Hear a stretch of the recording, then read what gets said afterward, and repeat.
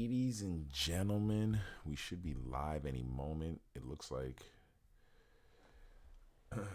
we'll be live any moment. We should be live right about now, and we are.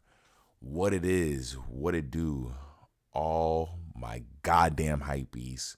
It's your boy Sin Supreme, back with a brand new live stream for that ass, y'all. Today is Monday, April 22nd. I believe this is the 101st episode of this stream, which I'm excited for, in the new location. And yeah, we're here. We're in motion.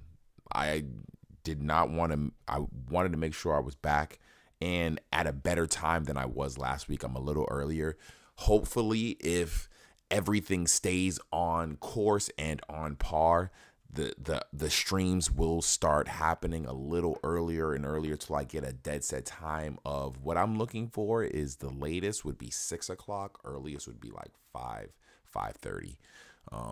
Realistically, with it being a Monday and wanting to get any East Coast viewers that I have in on it, but at the same time, a lot of the times these streams be happening later because stuff be going on. Stuff is still going on as we speak. The NBA playoffs are going on right now, and there's Philly and Philly and the Knicks are playing right now, which is fucking insane that the game is as close as it is, because Embiid's injured. He's not 100%, and I'm trying to see if I wanted to bring it up while I watch. Oh,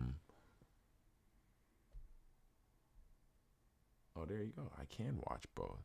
Can I watch both? There's no way I can watch both. Oh, I can't watch both. I can't watch both. I gotta choose. I can't play it on my computer because I got my streaming equipment set up. So it keeps me from, it actually does the stream because my legal stream. I'll say this, my legal stream. But I guess I'll get it in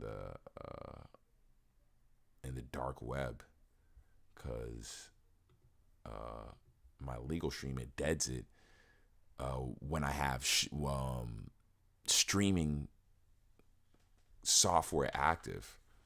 So any legal apps that run, if you have like OBS or anything open, it like blacks out the screen. You can still hear the audio, but it blacks out the screen because I think it assumes that you're going to be streaming the content, which I just want to, be up to date on what's going on in the game. I have no interest in streaming it, but it is a close ass fucking game. You know what I'm saying? You know what I mean? It's a close ass game.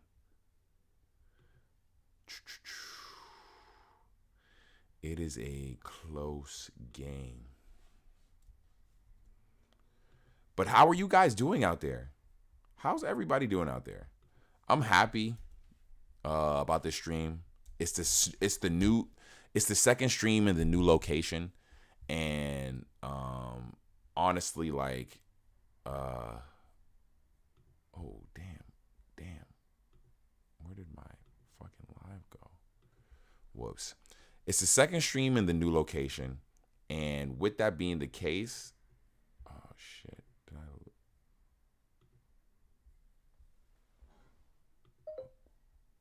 Hold on a sec. Am I still live? Please tell me I didn't just dead my live. There we go. Okay. I clicked out of the software and I'm like an idiot. Boop.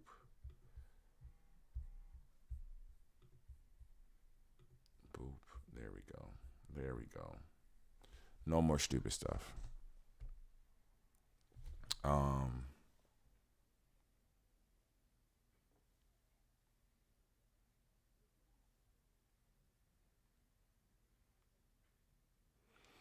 So this is the new stream. This is the second stream in the new place, and I'm just excited because the new place is getting set up more and more, and the location is just becoming more and more comfortable and more like like home to a degree.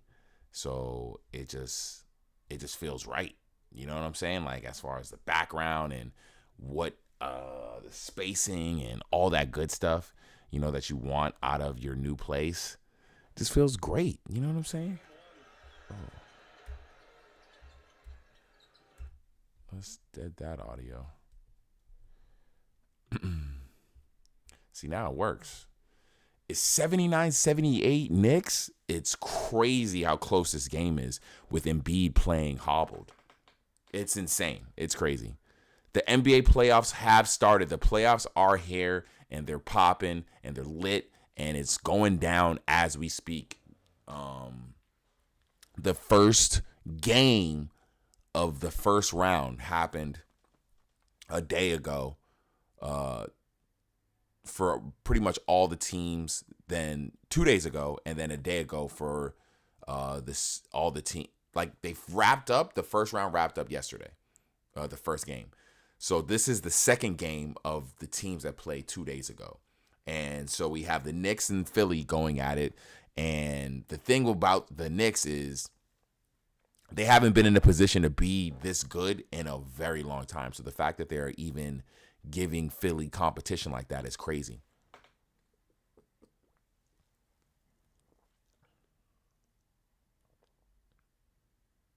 You can legit see Embiid just limping on the court. It's crazy. It's crazy. You can just see this nigga just limping on the court. Like there's no reason why this motherfucker should be out there. But at the same time, not having a body, not having someone out there who can really hold it down to that degree, it makes sense. Because I'm sure even injured, he's better than a lot of people. Even not even 100%. But realistically, I think overall, if I'm a coach, I would prefer to have him rest his leg one more game so that he's more refreshed for the next round, for the next game. Me personally. And it'll be a home game. Like, it just feels like a better move because you see him legit limping up and down the court. It's crazy. It's crazy. Like, there's no reason why he should be on the court. And I know if this was a regular season game, this motherfucker would not be playing. But it's the playoffs, and, you're paying these dudes a lot of money. You're paying these players crazy bread, and they're injured and can't even play during the playoffs, during the most important time of the year. So I understand, wanting to put this motherfucker on the court regardless. Dude, M. Night Shyamalan got a new movie coming out? M. Night Shyamalan, where have you been? Where have you been, M. Night Shyamalan? Where have you been? I'm a get into him in a minute.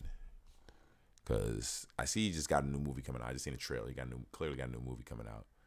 Where have you been, M. Night Shyamalan?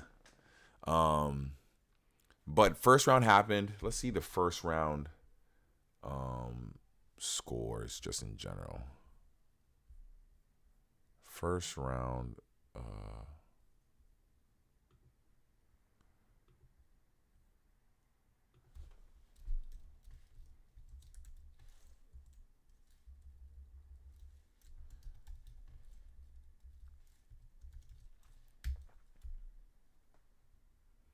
Okay. Let's see. The first round games. These are all the first round games. First round of the playoffs, all right? We have Magic got beat by the Cavs 97-83. Suns, they got smoked by the Timberwolves, which is crazy. I watched that game. Shout out Jorge, the homie Jorge. He's from Minnesota, a Timberwolves fan. They smoked the Suns 95-120. Knicks beat 76ers the first game, 111-104. Lakers got smoked first game, 103-114. Miami, which is expected, they're definitely down some players. They got smoked by the Celtics, 94-114. Shout out my Celtics, my C's. Mavericks also got smoked first game, 97-109 to the Clippers. And then the Bucks actually showed up without Giannis against the Pacers, 94-109. And then this is crazy. This game was super fucking close. Me and Adriaki watched this game. Pelicans Thunder, 92-94. Thunder almost lost this game. Like, legit. Mind you, they're the number one seed in the West. That's how crazy close the West is to that degree, in the sense of, like, how you can easily get beat by a team that's lower seeded than you. Because this is the first round. So if you look at most of the scores, if you look at every score for most of the games in the first round, they're pretty much all like lopsided to a degree. Every team for the most part really got smoked. I didn't watch the Magic game, so I don't know how that ended, but they still got beat by plus 10, more than 10 points. Whereas the number one seeded Thunder legit almost lost to the last seed Pelicans. The Pelicans had to go through the play-in and almost didn't, because they lost to the Lakers first and then had to beat the Warriors. I think. Was it the Warriors? Yeah. It's fucking crazy. It's insane. It's insane. So, with that, we're in the set game 2. And then that's all today. So far, game 2. Oh, so the first game. Damn, that's how close So the first game kind of went like the second game for Cleveland and Magic, where Cleveland won 86-96. This is in Cleveland as well. So I don't know. I wonder how the series will be with when it's back in Orlando. But they lost by 10. And then we got the second game of tonight, 76ers, with the Knicks really taking control of this game at this point. They are up 89-82 is what it's looking like right now. With the fourth quarter well underway.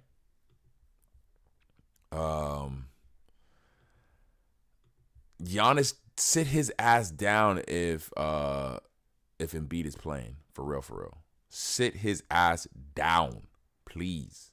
He does not need to be playing. Yeah, he is playing.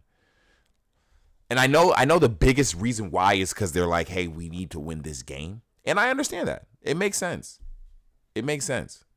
Like, they definitely, going into game 3 with a win would solidify major energy for game 3. Even if they lost. Because let's be real. Even with their injuries, even with the injuries to the Sixers, the Knicks is a beatable team. It's not like the Knicks are this unbeatable squad. This game, look at it's the fourth quarter and it's still fairly close. You got Carmelo there. Ooh, Carmelo with the sick-ass Wu-Tang New York hat. That shit hard. That shit fire. But right now, it looks like the Knicks have the momentum in reality right now.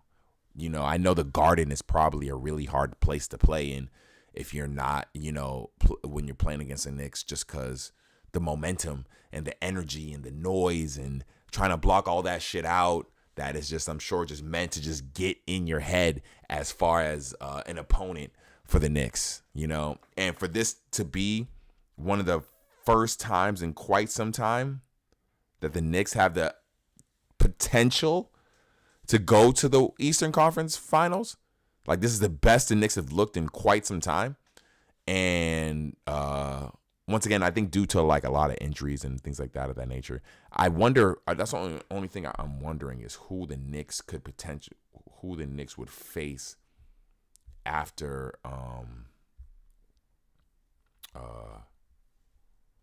this series. If they were to win this series, who would they face? Essentially, is what I wonder.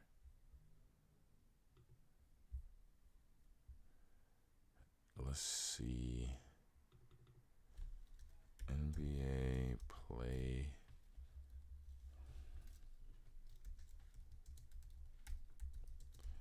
bracket.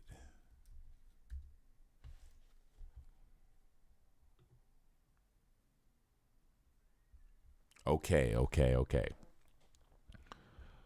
So if the Knicks win this series, they will go against whoever wins the Pacers Bucks series. And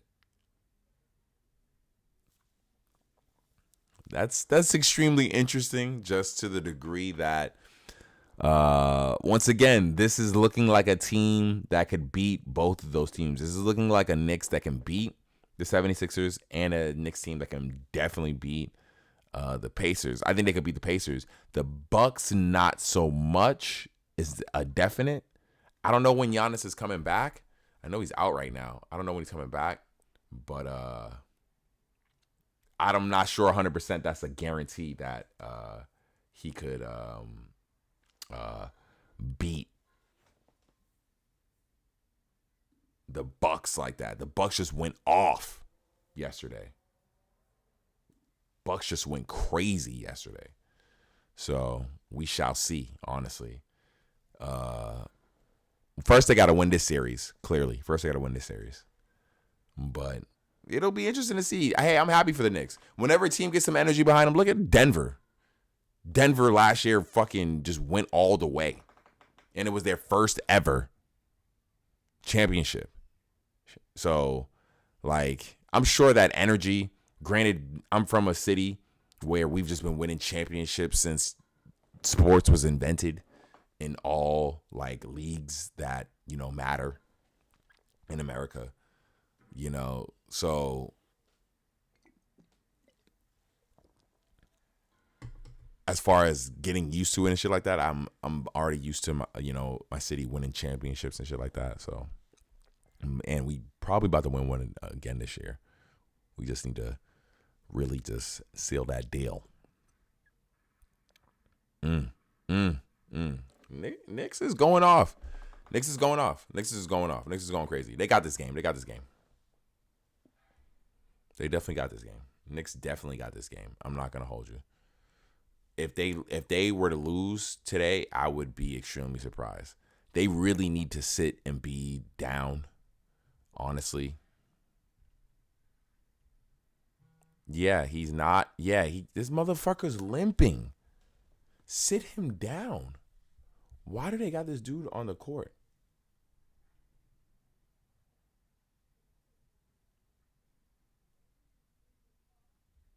I understand it, but it's just like, it's just unnecessary.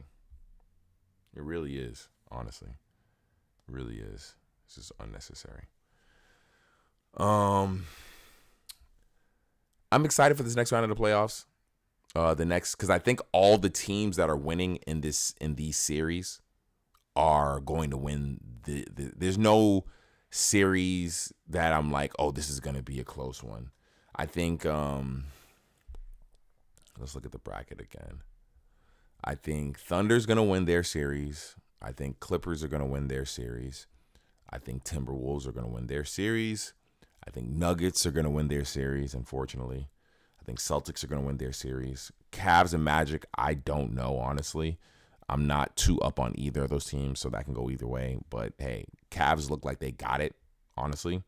I think Bucks are going to win this series. And I think Knicks are going to win this series. So there's no big upsets I see happening this first round. If I was to call out an upset that was crazy, The only ones I see happening are the Timberwolves Suns series and the Nuggets Lakers series. Because no one wants to see the Lakers go out the first round. LeBron has only went out the first round once in his career. So for him to add that to another one to his resume, I think sucks. But so that's why the only reason why I would say, hey, this might be a legit upset of some sort. But in reality, I don't think there's anything he or the refs can do to make that a possibility or actually happen. I don't see it happening. So, 'tis what it is, good size. 'Tis what it is.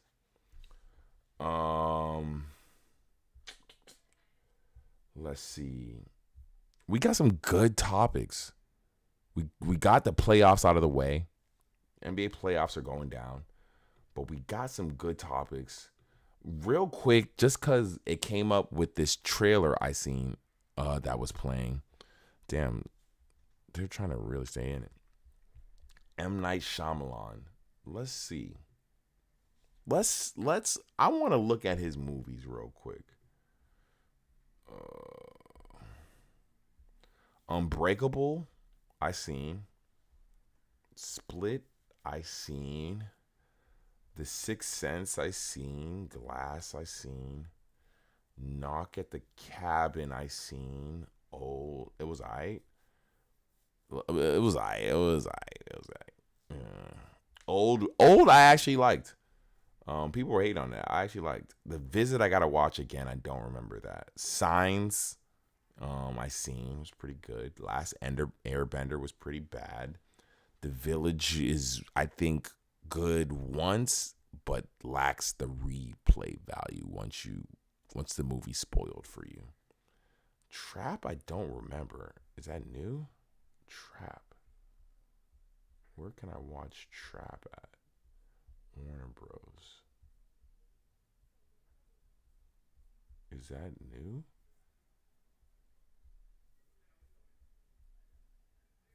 Where can I even watch that at? Oh, maybe that's the new one coming out. Oh, it says 2024. Yeah, so maybe it's not out yet. August 9th, 2024. So Trap is a new movie he has coming out. The Happening. The Happening. Which one was The Happening? Oh, that's the one with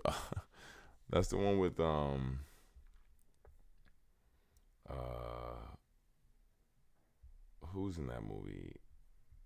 Mark Wahlberg.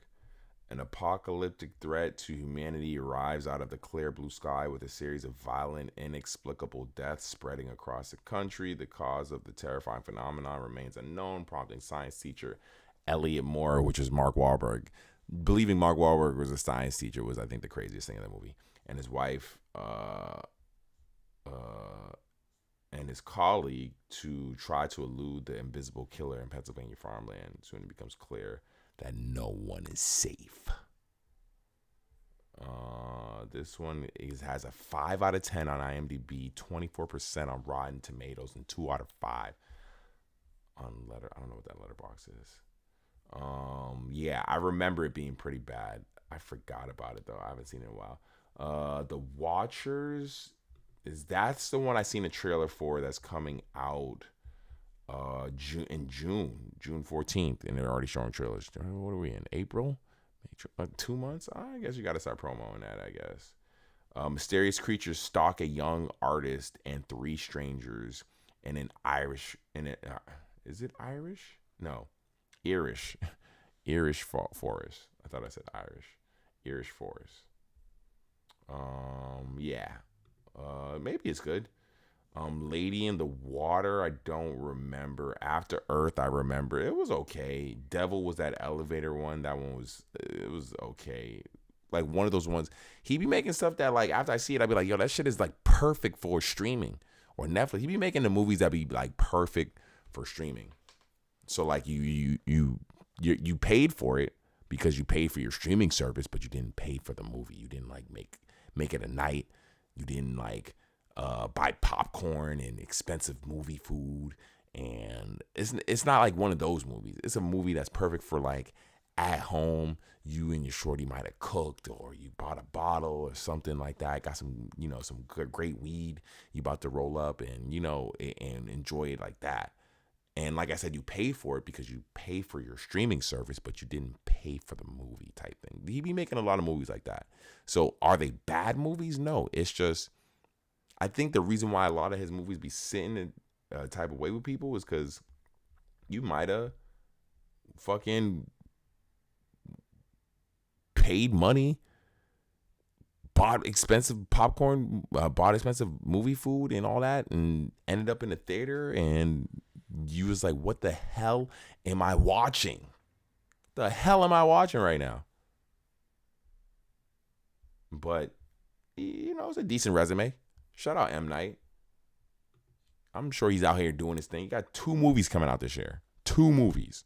So clearly he's doing his thing. I can't be mad at that. You got 2 movies coming out in a year. I'm sure that's not uncommon for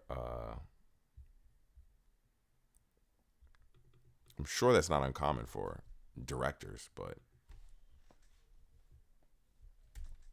for a dude who has that kind of resume, you tell me. You let me know. Because I'll say, out of looking at everything, my favorite M. Night Shyamalan movie would have probably been like Unbreakable. That shit was fire. Unbreakable was hard.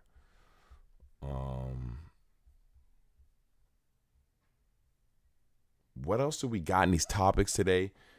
We got some good stuff. It's the 22nd. We just happy belated 420 to anybody who celebrates.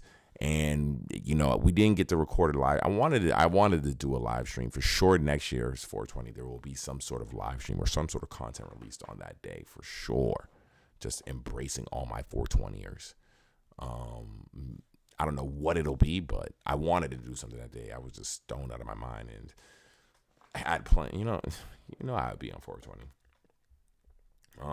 But in these topics, we have. Let's go through. Should we go through all the like big stuff? We got what? So we touched on the playoffs. Supreme week 11 for the most part is here, right?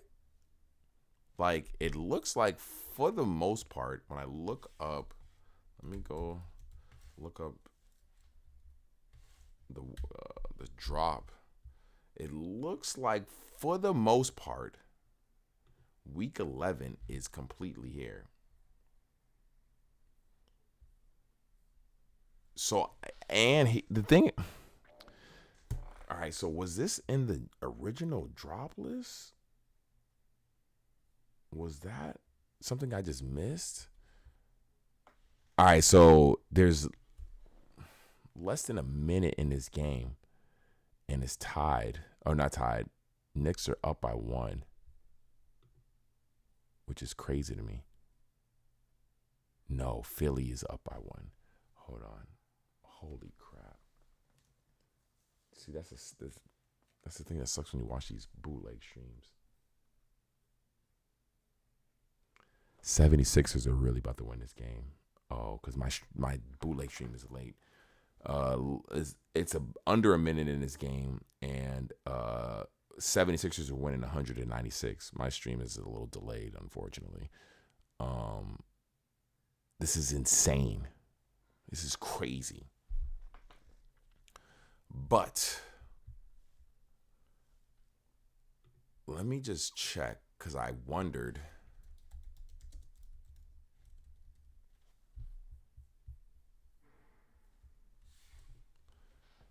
With Supreme's 30th anniversary being a thing this season, or this year, I guess. This year. I don't know the exact date. I was wondering. Okay, no. So they announced it. They did announce it. for this week.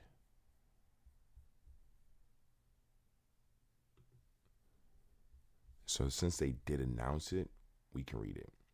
So for Supreme, week 11, they are doing this crazy ass Supreme 30 years t-shirt 1994 to 2024 book. This spring, Supreme will release 30 years t-shirts 1994 to 2024, the 3-volume monograph catalogs every tee released in Supreme's 30-year history. All 3 volumes will be sold together in a slipcase. Tees have played a critical role to Supreme's history since its inception, and that is not a lie. The original Supreme shop opened on Lafayette in 1994. Yes. And that's the thing, I was wondering the actual date. And some of the first items produced and sold were tees. Supreme has celebrated the opening of new shops, commemorated iconolists from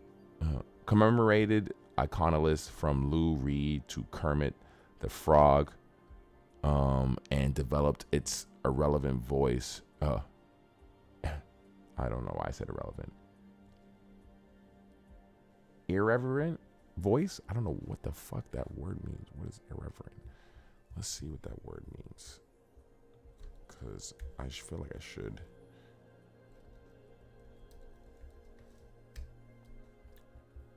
Showing lack. Oh.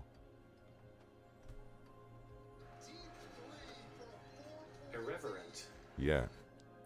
It is irreverent. So it's like irrelevant. Irreverent voice. Showing lack of respect for people or things that are generally taken seriously. And developed this irreverent voice all with tees.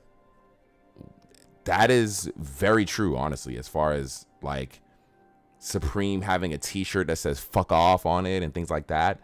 Like, I personally, in my just time of existence, can't really think of a brand that I've first seen that had all those type of things on it. Shirts that like you wore and you weren't supposed to take 100% seriously, because it is just a t-shirt at the end of the day.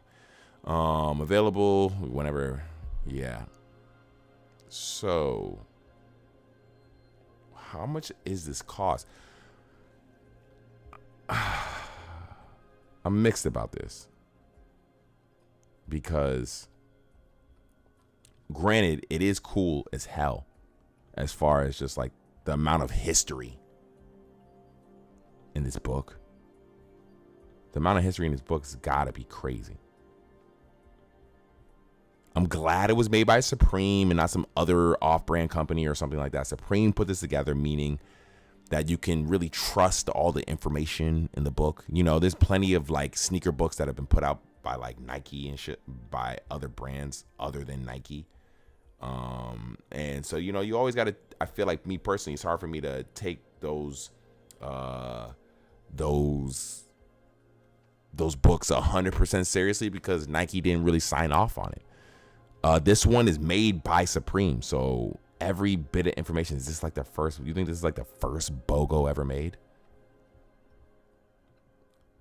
I wonder what kind of information we're getting on the pages, and is it just the t-shirts?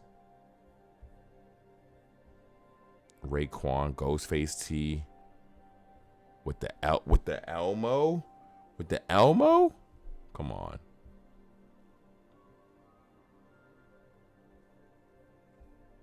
And I'm sure every tee has a level of like, oh yeah, but at the same time, Supreme has a lot of tees that you're like, all right, I don't give a fuck. So am I really wanting to buy 4 books of Supreme tees? That's like almost like, I don't know. That's like owning a ton of tees that I just don't even, because a lot of these tees might not even necessarily be worth anything. Volume 22, 2012 to 2018. Ooh, hold on. So that was volume 1, 1994 to 2011. And that's the thing. Some of these tees might hit for a lot of money. Some of these tees no one might give a fuck about. Like, I feel like this tee is hard. this like porn star tee, but no one's paying crazy bread for that tee. Fuck the police. This is a hard tee right here, honestly. Volume 2, 2012 to 2018. So is it every single tee that they released? But it doesn't seem like it has any information about the t-shirt. That's what's the weirdest thing to me. Is it just a tee? Because I feel like I could just go on a website, a resale website, to just look if I just want to look at the tees. I was hoping for more like, the design inspo behind the tees. But, I can't really expect that from Supreme. This right here is a classic. Like, give me that tee. Forget give me a book with a tee in it, with a picture of the tee in it. Re-release this or some shit. The Dorothy joint right here is crazy.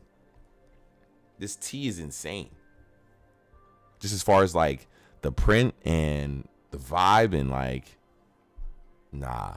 this tee slaps.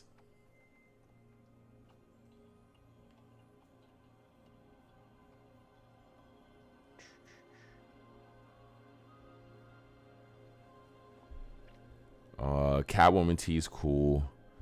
See, this one, like, I don't care about this shirt. KRS-One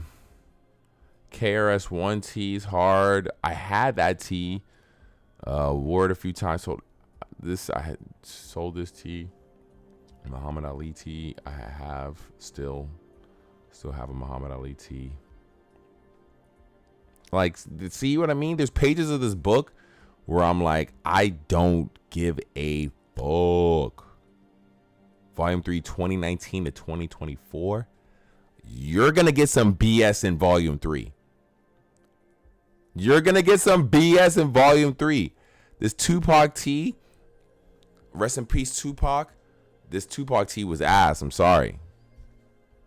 Get that? I don't need a book showing me that t-shirt.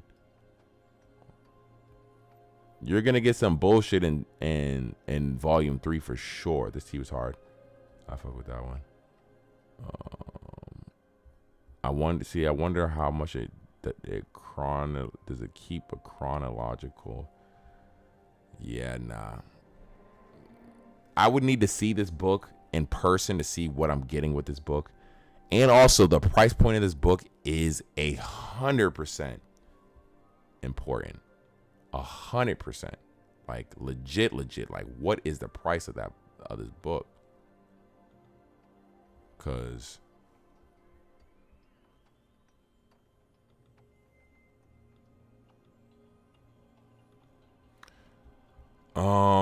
going on to what else is being released in week 11, which is some good stuff. Actually, there are some cool items. A super hot accessory is being released. I ain't even mad at. How did the bucket do? I wonder how the bucket did. Is the bucket still even in stock?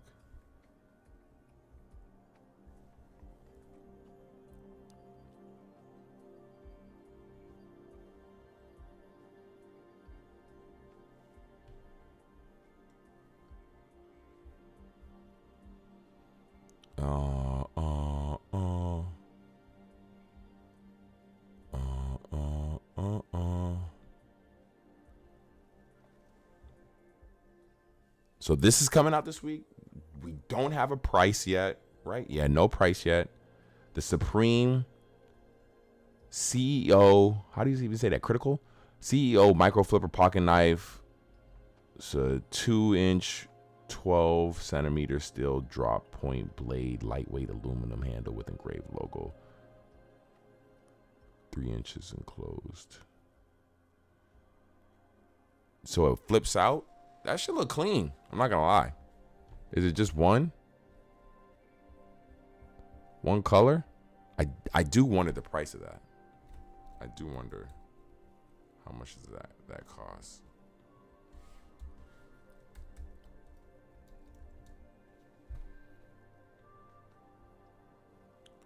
Did the bucket sell out? It did. How much was the bucket? $20. Of course it was gonna sell out. Damn, I should have copped the bucket. God damn it. I should have copped the bucket. Oh well. This knife is definitely going to be more than that bucket. Best believe that. This is probably going to be like $60, maybe more. I would not be surprised if this shit was dumb expensive. What else do we have dropping this week? There's apparently a 30th anniversary tee coming out. I imagine if it is a tee, it'll probably box logo related. Unless they plan on doing something crazier, which, you know, it's not that I'll say I doubt it, but it'd be weird if they did something crazier than some kind of 30th anniversary box logo, which I think would be cool as fuck. Like, you know, like keep it simple. Don't do too much. There's no need to, in my opinion. Oh man. Are these jackets? Oh man, We're gonna look at these. Shirts. Look at this. Accessories. We can look at this for sure.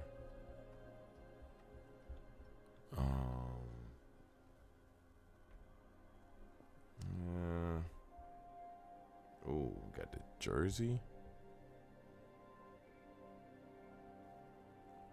Top sweaters. Where's that jersey at?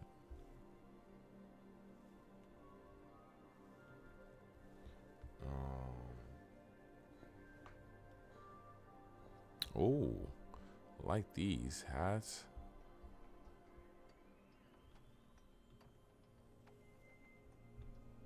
Okay. This week is not looking bad at all. Wow. Whoa. Hold on. Tops, sweaters.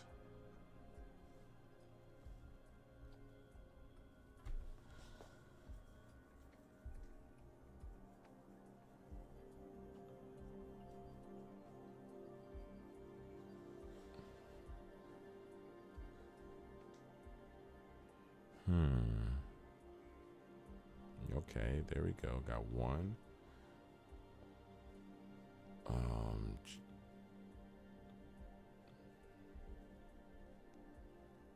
Got two.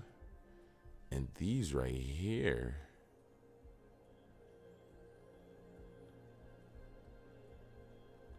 All right.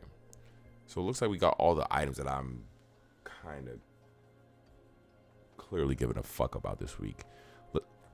Let's start with the MLB box logo New Era hats. These are a great idea. I love these. I wouldn't mind getting a Dodger one just because, you know, I feel comfortable wearing that one. But where the fuck is the Red Sox one? Like, that's some bullshit. Some bullshit, and you know it, Supreme. They stay hating on Boston because, you know, Supreme is OG, a New York brand, which, you know, I understand where the hate come from, but still. We all know that's some bullshit. We all know that's some straight doo-doo. Like, for real, for real. Hold on.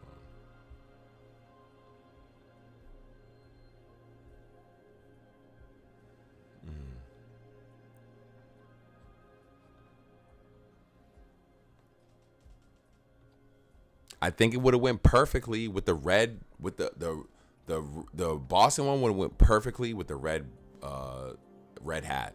When you look at all of them.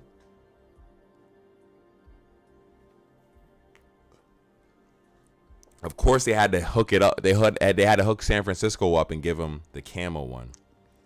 That shit is fire. I'm not gonna lie, that shit is hard. That shit's hard. Chicago's one is hard as well. Don't know where they get. I feel like they could have replaced Detroit with a Red Sox one. Honestly, New York, obviously, New York is going to get one. But like, come on, that's some BS right there. I'm not gonna hold you. That's some BS. Like, where is the Red Sox one at? It's cool. I'm not gonna. You know what? I'll let it go. But that Dodger one, I could definitely see going after that Dodger one. That Dodger one is going to be a nice.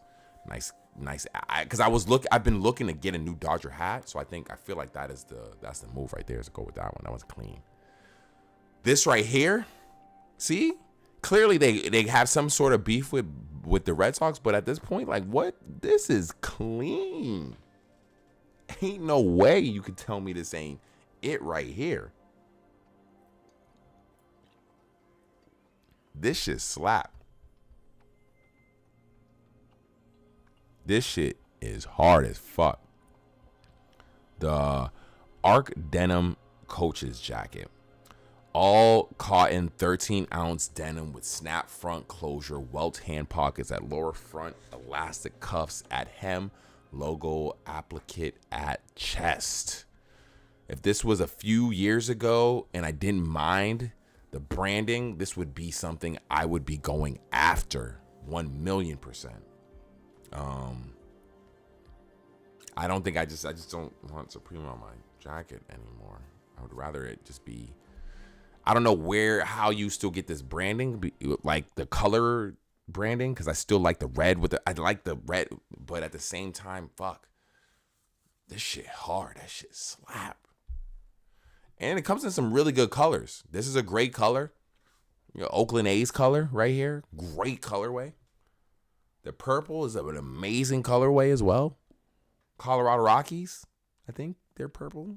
I think maybe. This green one, it's fire. With the black though, I don't know. Maybe I don't know what they could have done with the green one. This just looks crazy cozy, and then the black on black is cool. Yeah, that Red Sox one. Come on now, you can't tell me. Look at all of them. That Red Sox one is clearly the superior item out of all of them. Very much, obviously, so the superior item. Like super fire. What else do we have dropping? What is this called? Mosaic short sleeve shirt. Viscose original artwork by Jim Power. I like Supreme's button up bowling style. I believe is the style of this shirt. Style shirts. I have quite a few in my collection. They're very nice shirts to get off as far as like if you're looking for that classy but still want to be a little casual type fit. These shirts are it. These shirts are 100% it. Like I said, I have quite a few in my collection, and they're very cozy. I size up in them because I like the baggier fit. And this one is a viscose. I have most of them. I have are of the viscose material, but a couple of them I do have from Supreme that they did do in silk, and I love the silk ones. The silk ones, there is definitely a quality difference between the viscose and silk. But I believe viscose is cheaper to produce and all that. And maybe I could see it being better for the environment or some shit like that. But this shirt is hard. I fuck with the design. I fuck with the style. It's a bit much. It's a little busy. But at the same time, wearing this type of shirt, you're probably looking to be a little busy in the energy and what you're wearing. But at the same, this with some all whites, some white ones, like, I think you're knocking that out of the park right there, personally. Me, that's how I feel. This is a clean tee. I do wonder what the price point for it. Oh, the Supreme branding on the back, I don't hate, but it definitely killed it for me. It was already a bit much for me with New York City branding on it. Like, I don't necessarily need New York City branding, but the Supreme, yeah, down the back, nah. Damn, that did just make it a no-go for me, honestly. Shout out to anyone who's going for this. I feel like it will sell out. As far as the resale, hey, that's up in the air for this, what someone's willing to pay for this. I think it'll be based off of the retail for the most part. The Supreme Jules Pansu Saint Pillow, if I'm saying that right. I doubt I am. The colorful one is the way to go. This is a very cool pillow. My only thing whenever Supreme does this, or any brand does art, does religious religious based art type work things, putting it on teaser, things like that, I usually try to or would like to know the story or meaning behind it. As far as this one, I have no clue who this dude is or what the meaning behind any of it is. Let's see if a quick Google search can bring up who Saint, how do you even say this motherfucker? Hold on. Who won that game?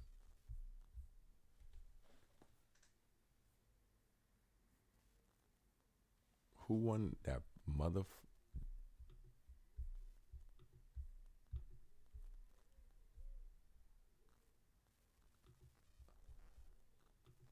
Who won that motherfucking game?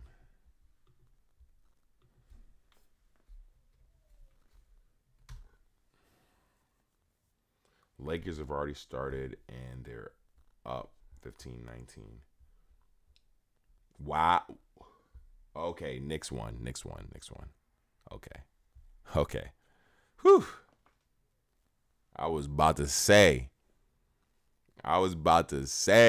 if Knicks lost game 2 and Philly was going home with that W.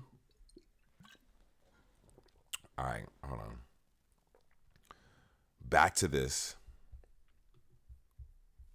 Who is this saint?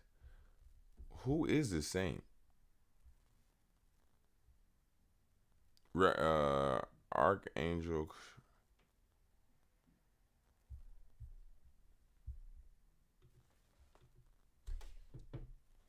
Who is this saint?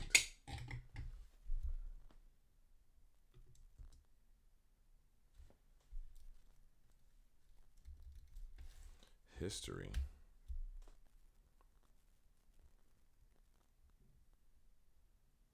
The story begins in 1871. No.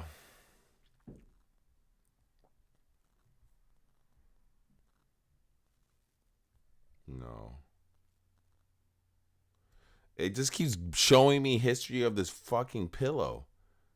Who is this dude?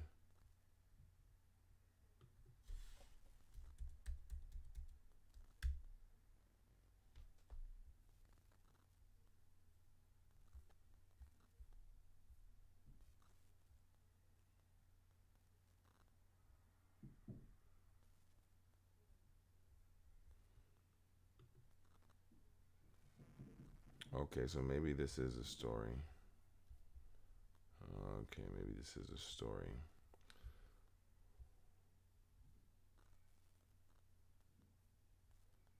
I guess it's someone who's been weaving.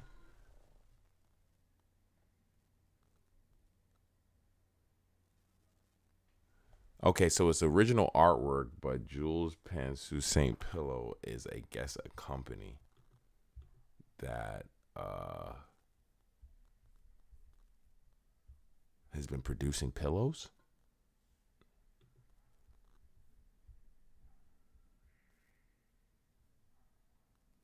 How much does a pillow normally cost from these people? Oh, it's pretty expensive. So this is a collaboration. Okay, I'm just now finding out. Okay, so this artwork, I'm thinking the artwork is the Jules Pants. I'm a fucking idiot. Okay, now it has all been revealed to me in my little bit of Google searching that the artwork is originally done by Miho Koriagi. I don't know what this artwork is. It's fire though. I do fuck with it. And then this company, Jules Pantsu St. Pillow, they just in general make pillows and different things that I guess you would use around the house. But they are looks like a French company. And yeah, Paris. They're from Paris. And yeah, they make tapestry. Their stuff looks pretty cool in this light. So I'm sure the quality of this is going to be legit. Me personally, I like this one with color. This is the one right here, this red one. I wonder, just looking at this brand, how much this is going to cost. It doesn't say what it's filled with. Cotton blend insert with woven tapestry. Maybe just filled with cotton then. Yeah, insert. Yeah, this is fire. This is super cool. It's one of those things that like you'll see at people's houses. You would see at a house that would be something old as hell that would not give you the idea that it was made by a fucking skate brand. You'd see it on like your grandma's couch type thing, right? Or am I crazy? You let me know. This looks like something you find on your grandma's couch. I wonder what the price point of this is going to be. Sudden Death football jersey. Why is it called the Sudden Death football jersey? Supreme League is what it says on the shoulders. Sudden Death is, I guess, what the branding on it. This is like a Super Bowl type branding. I don't hate this jersey at all. What is purple and red with the white tonality to it? I don't hate this jersey at all. Especially the shoulders, the little design. This shit is pretty fire. That black and yellow one is hard. That black and yellow one is hitting. 1,000,000% I can see that. Not only selling, but having some resale value to it. Yeah, for sure. The other colors I think will as well. But that black and yellow one, whew, that shit nice. That shit clean. New York Paris Supreme 20 rule. What? That's not. I was just looking at dumb shit. Yeah, I do like that a lot. I continue to say Supreme tends to knock it out of the park with jerseys. They continue to, I think, bring the heat with jerseys. So this is not surprising at all that they've managed to come through. This is like the third jersey they've released so far this season that's been fire. They just released one like a week or two ago. But I feel like they have a lot of jerseys just in general this season. Am I crazy? Long sleeve football top, rugby, soccer jersey, another soccer jersey, this football jersey, soccer jersey, baseball jersey, football jersey, basketball jersey. Now they definitely did a few jerseys this season. Haven't released them all, but for the most part have released almost every jersey. This is being another one this season, which is hard though. I do fuck with this one. The Spider one to me is still the best one with that Patriots colorway. I wonder how much that is him for. The Futura lightweight baklavas. Are people still rocking these like that? I see the random motherfucker every once in a while, but I know they got banned in a lot of places. Like you can't just be rocking these shits like that. With the Futura on the top, it's kind of like, all right, if you're wearing it to hide your identity and you got Futura script on the top of your baklava, it doesn't make any sense, because I think most of the time, if you're wearing a baklava, you're trying to hide your identity. So you would want a baklava without Futura's signature on the top of it, because that's kind of going to give it away, I feel like. And especially if it's camo or green, yeah, that's kind of going to give it away. So, but these are fire, though. These are fire. Are people still wearing baklavas like that, though? I don't know. I'm not in the trenches like that all the time, so I don't know. But these are cool. They're cool. Especially the camo one with the blue. The white camo, snow camo with that blue, it slaps. I like that colorway. That's just hard. And it'll go well, I think, with the SBs dropping that he got coming out. So you might as well hop on it. Come on now. I know you hypebees out there want to do that shit. I know y'all want to get the camo baklava with the Futura signature on it with the fucking SBs. Come on now. We got the Our Lady work shirt. I have a couple work shirts. I do like work shirts from Supreme. The quality's pretty nice. Not as good as like a Carhartt work in progress or anything like that, but they're still pretty nice. And the branding, I don't mind, because it's minimal with the Supreme on the chest. I don't mind it at all. One of them, though, is a little weird. What is this? God Bless Supreme Lady. Oh, so it's all the Holy Marys. That's pretty cool. I wonder how so Cotton Blend Twill, because it looks like this is stitched on the God Bless Supreme, and then is this all printed? Is this all screen printed? I wonder. And then I wonder what the weight is. It looks cool though. What are the colors you getting? That green one slaps.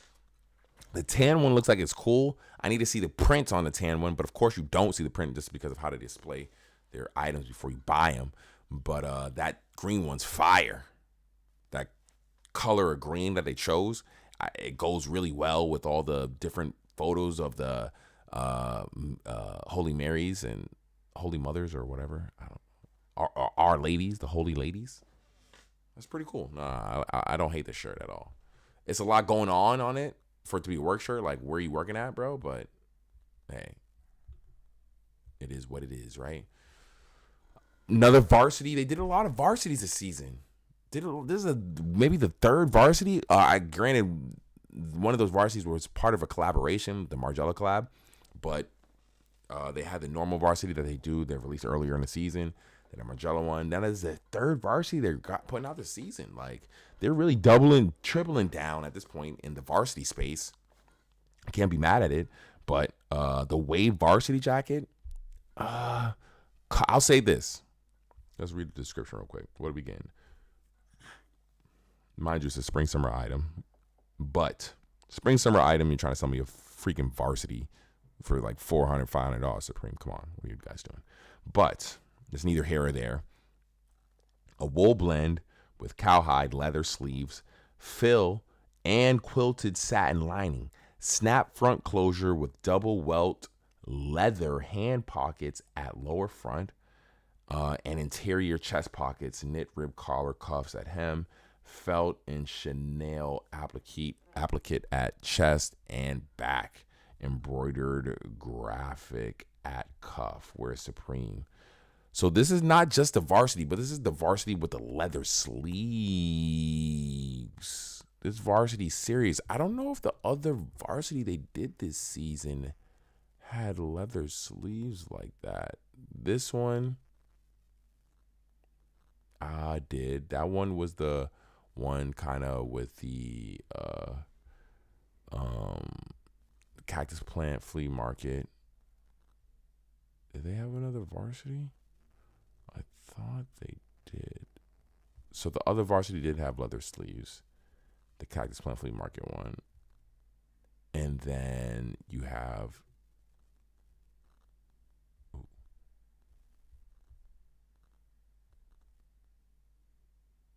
wool blend cotton leather sleeves. Let's see the other colors we're getting. Do you guys love this print or this graphic? Do you guys love this? The wave? I don't hate it. Especially with waves getting ridden and ride the wave and all that shit. I don't hate it. Maybe it's a color. Yeah. See, now I see I need to see the freaking blue one. Can we get a photo of the blue one? Jeez Louise. What the hell? Maybe the community got a photo of the blue one. Okay. So we do got a photo of the blue one. And the blue one, it's black on the back. We don't get the image. It's black on the back, which is whack. Super whack. I'll put it up here for you fools.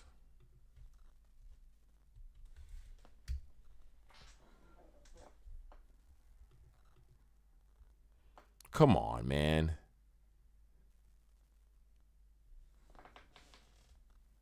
I don't know.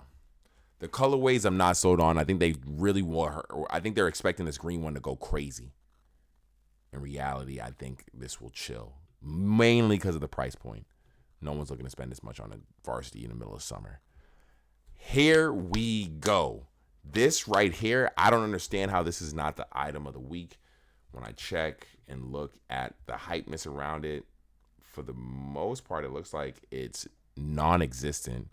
even though I know this item is going to fly.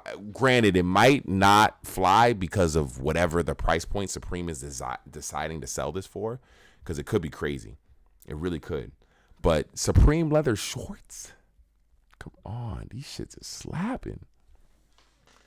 With the Couture logo, then I think that's the New York logo. What is that? I think that's the New York logo.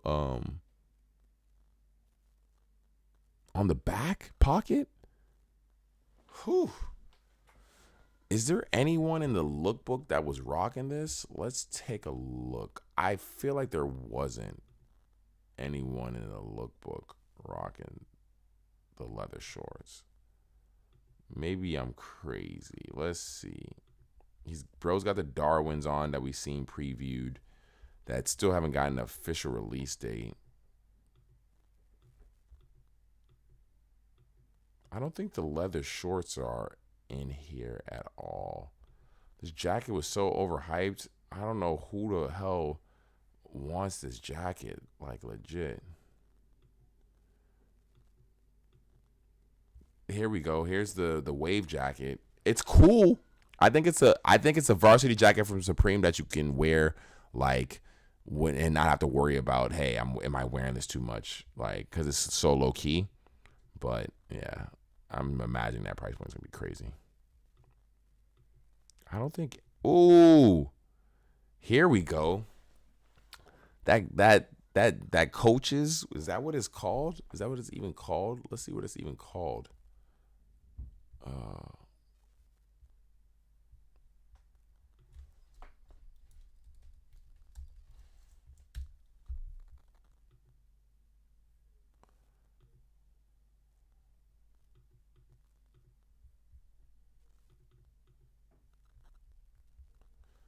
Yeah, it is a Coach's jacket.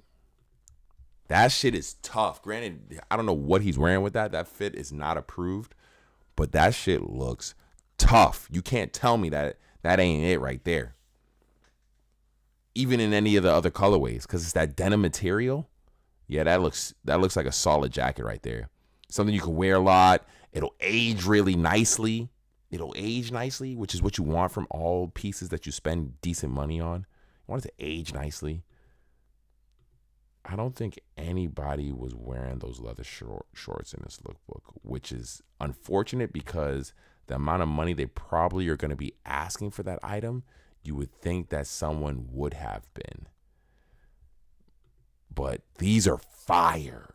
I feel like they are. But, you know, sizing and all that and it being a skate company, I don't know what to even think about, how to even move with these. But I love these. I love these shorts. I love these shorts, man. These are beautiful. Other than that, I think that might be it for anything that I was hyped or ecstatic about this week. For week, what are we in? Week 11. And then on top of that, it seems like we're moving quite along the season. Not to say it's like almost over, but week 11. Yeah, we're moving well along the season, honestly. Like, usually, let's see. When I look at Juju drop list, let's see.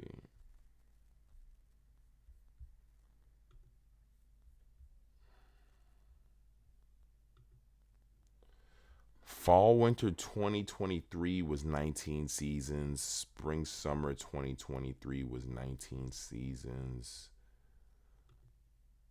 Yeah, so it looks like 19 seasons is the standard for the most part.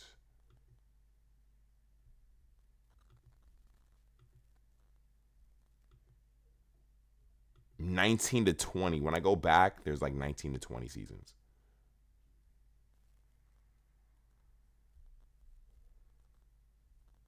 Yeah. So there could be 19, maybe 20. The way the season's moving is progressing pretty fast. I imagine it's going to be on the lower end side.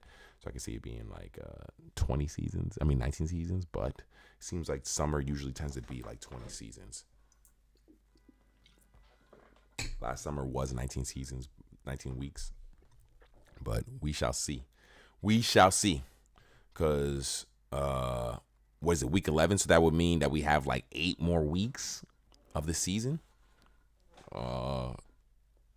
including because that don't really stop the collaborations don't stop whatever's dropping that season, so or dropping that week. Like you'll have the collaboration happen, and then Supreme's items are still dropping that week. So it's not like collabs hold it up or anything like that. There were still items that were released that weren't Margiela related during that collab. That's the other collab that happened a week ago with Nike and shit. There were still Supreme items that released. So it don't slow up anything that Supreme is releasing. So I imagine it still will only be around 19 weeks, maybe 20. But we shall see. It'll be interesting to see how the season really like what else special we get this season. Just because, like, so far, who would have thought we'd have got this far with the Margiela collab? The Margiela collab was crazy. That shit was insane. Yeah, so there you go, guys. That's week 11. I hope you enjoyed my perspective and my take on it. There are some items that are looking like they have some resale to it, but for the most part, it's looking like a week that is for people who enjoy the brand. If you're looking to make some money, doesn't look like there's a ton of that in this week, unfortunately. There's some items that might net you some profit, but for the most part, it's looking like a pretty chill week, which is expected for I think the remainder of the season. I don't see any other crazy. I wonder. We still have maybe another North Face collab if that hasn't happened. Maybe a Levi's collab, maybe a Vans collab.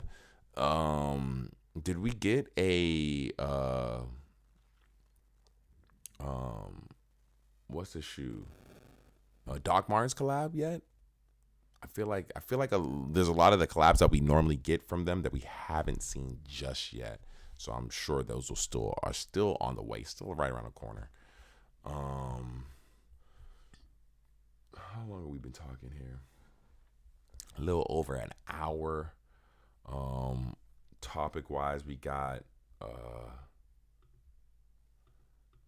what I wanted to get out of the way. We got Supreme week 11. We got the NBA playoffs. We can talk about this just because it happened so recently, so soon. But that Ryan Garcia, Devin Haney fight, like, I don't know. When I went into it, I didn't have any expectations because I've never really followed either of these guys' careers outside of major fights that they've had. And with Ryan Garcia, he's had a major fight against Tank, who I fuck with heavy. I fuck with Tank. So I seen that fight. And then Devin Haney, I don't think I've paid attention to too many of his fights, honestly. I just know he was undefeated. And he was supposed to be that, like, one of those dudes, just, mainly, I think they based it off mainly just because he was undefeated. And so with that, I'm going into this fight just expecting a good fight. But prior to it, all the chit chat and all that prior to this fight, Ryan Garcia is just bugging out. This motherfucker just trolling, saying the most wildest shit. Personally, in my opinion, he's just saying like bonkers type shit. Like about being touched when he was younger, that he's dating a Kardashian, and at this point, all the crazy stuff that he's saying, me personally, I chalked it up to him wanting to sell the fight. Like, all right, he's clearly trying to sell the fight, which I'm not mad at, because I heard that the sales for the fight were doing pretty bad, essentially. Like, ticket sales, at least, were doing really bad. They weren't selling like that.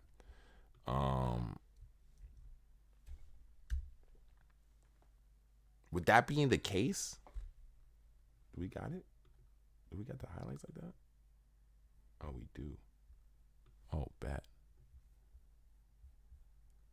With that being the case, the way that both of these guys came into the fight, I legit was, after watching like all the pre-fight info and all that stuff, it was looking like Ryan Garcia was gonna get that work. He's 24-1, and Devin Haney's 31-0. Like, the energy behind it was pretty weak, other than the trolling that Ryan Garcia was doing. So when we skip through this fight, they get to round. Okay, so this is the breakdown. Round 1, 8-5-2. It's funny how the crowd gets so amped when a dude gets bopped and like they thinking that motherfucker get knocked down. Look at this dude. This dude is amped. The ref is amped. He's like, ooh, the ref is amped. It happened in round 7. So that was the thing that was annoying, was Ryan Garcia, the way he was fighting. It was just like he wasn't doing anything. So all this didn't happen till literally that happened the first round. He got knocked back, and then it went all the way to if Ryan Garcia didn't knock him down as many times as he did, I think they would have gave this fight to Haney, personally. But let's see that knockdown again. Knocked his ass down.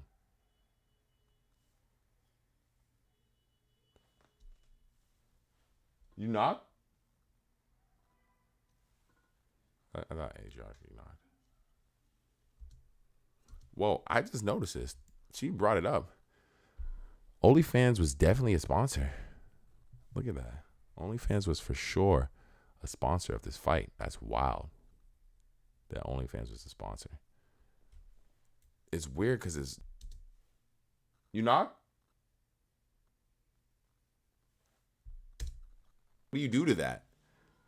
This is when he's forcing it. This is when I'm like, yo, this is when I was mad at Haney, because I'm like, knock this dude out. And I know he couldn't, but did you just see that? Did you see how he's treating him in the 12th round when he knows he got it in the bag because he knocked him down so many times?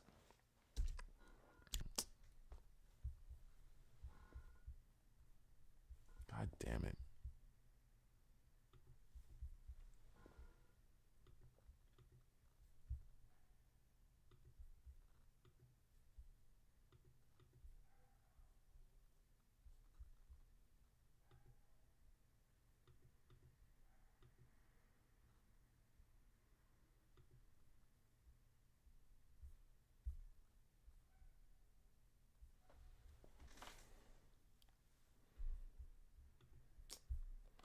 Ain't even had no sound. It's so annoying.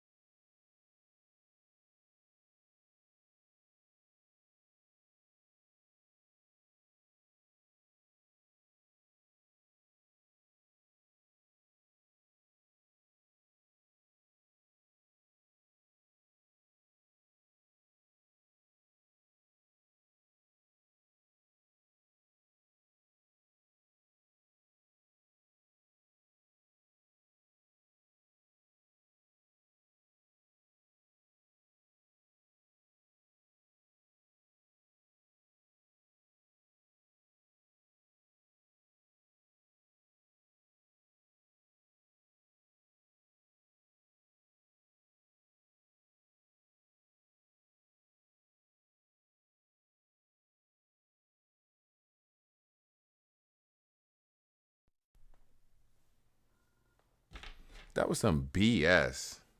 Literally can't watch highlights. I can't watch highlights. Highlights, not even the fight, with no sound.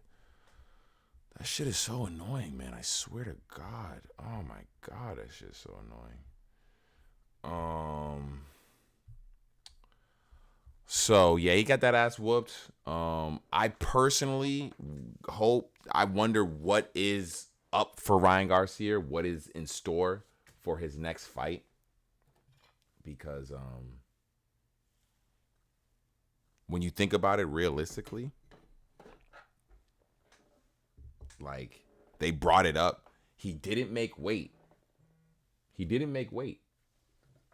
So he didn't win the belt. He knocked bro out, whooped his ass, didn't make weight because I guess him saying that he was drinking every night means that he clearly didn't take the fight seriously. So he didn't take this fight seriously, didn't make weight, knocked the dude out, doesn't get his belt because he didn't make weight, and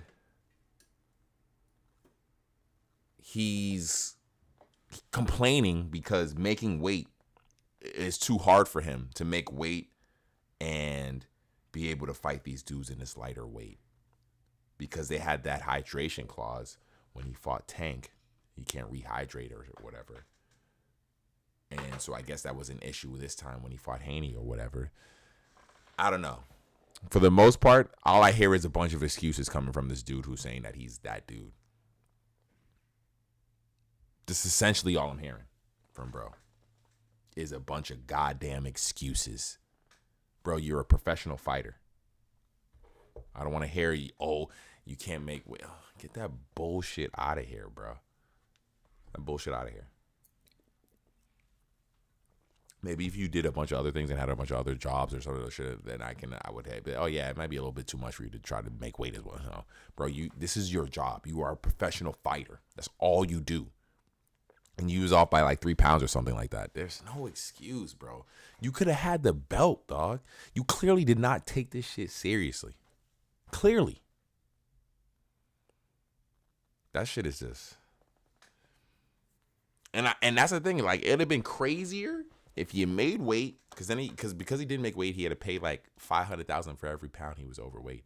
And I think it was like 3 pounds. He was like 3 pounds overweight. So it's like $1 million or whatever, $1 million some change.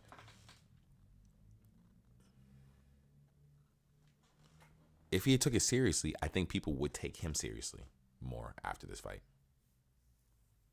They would but I don't know. 'Tis what it is. Like, he wants to be taken seriously as a fighter. That's all he was like preaching after. Is like, oh, y'all slept on me. Y'all weren't paying attention. Bro, we don't, because you legit come with nothing but antics. You act like a clown, bro.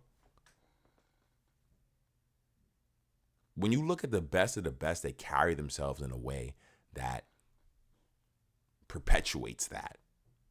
You don't see Jordan carrying himself in a way that is, makes people question if he's taking it seriously. People are questioning if you're taking it seriously because of how you're acting.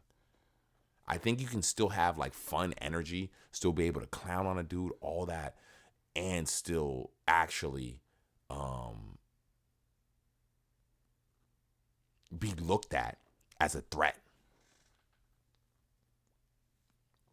Granted, now, I will say people probably will look at him like, oh, these are just antics and all that. You still got to watch out because he can still knock you out. But I don't know, man. This might just be that new age, that new modern era of just everything. Modern era of music, modern era of boxing, modern era of comedy, modern era of just, and because he's a new wave. So is it just troll? Is it just like, is he like the Jake Paul of this shit? Even though Jake Paul takes it 10 times more serious than this dude. He's about to fight Mike Tyson, and you wouldn't see him dare doing some dumb shit in the ring, like dancing and shit like that in the ring.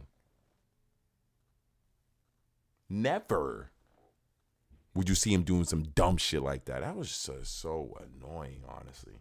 That's what it was more than anything. It was just annoying. You had bro beat.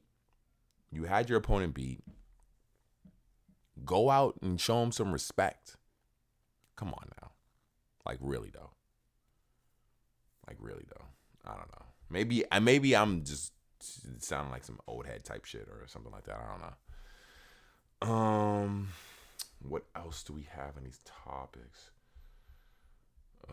But overall, it was a good fight. I didn't watch any of the pre-fights or anything like that. So, you guys let me know what you feel about the fights. The fight or whatever, because I wanted to watch this.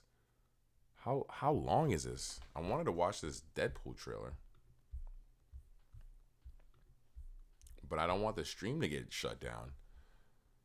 Will it get shut down if I watch this? Deadpool. Wolverine.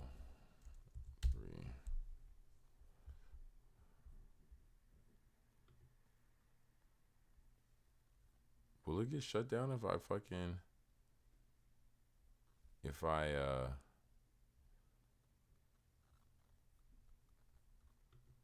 I'm going to be real with you. I'm only doing this for you guys. Because in reality, I don't even want to watch this trailer. I don't. I already know I'm going to see this movie. I already know I'm going to see Deadpool 3. Or Deadpool and Wolverine, whatever it's called. I already know I'm going to see this movie. So in reality, there is no real reason. There's no need for me to watch this trailer. You guys who are gonna see, you really need to see a trailer for this movie. Like you need to be shown something that's like, oh damn, oh yeah, I want to see that. After seeing the last Deadpool, I don't need that. I already know I want to see this fucking movie. Deadpool was fire. So I cannot wait to see this fucking movie. But it is what it is. So, you know what? For you guys, for the viewers, for the people out there, we shall watch this trailer. They're gonna show you 2 minutes and 48 seconds of the movie. How long this movie is, I don't know, but they're about to show you 2 minutes and 48 seconds of this movie. I'm going to watch my stream to make sure that it doesn't get taken down. And let's get some sound in here. I told you, you're not welcome here. You're not welcome anywhere. Now get the fuck out of my bar. Just give me one more drink and then I'll leave. Hi, Peanut. I'm gonna need you to come with me right now. Look, lady, I'm not interested. All right, well, I'm sort of on the tick-tick, so upsy daisy. Oh, whiskey dick of the claws. It's quite common in Wolverines over 40. You don't want this. Unless you want to take a deep breath through your fucking forehead, I suggest you reconsider.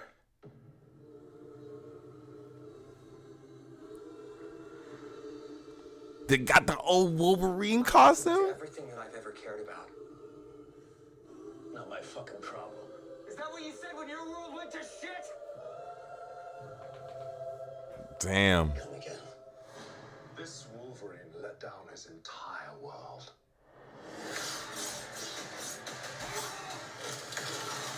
Damn. Want to talk about what's haunting you, or should we wait for a third act flashback? Go fuck yourself. Damn. Comes out in July.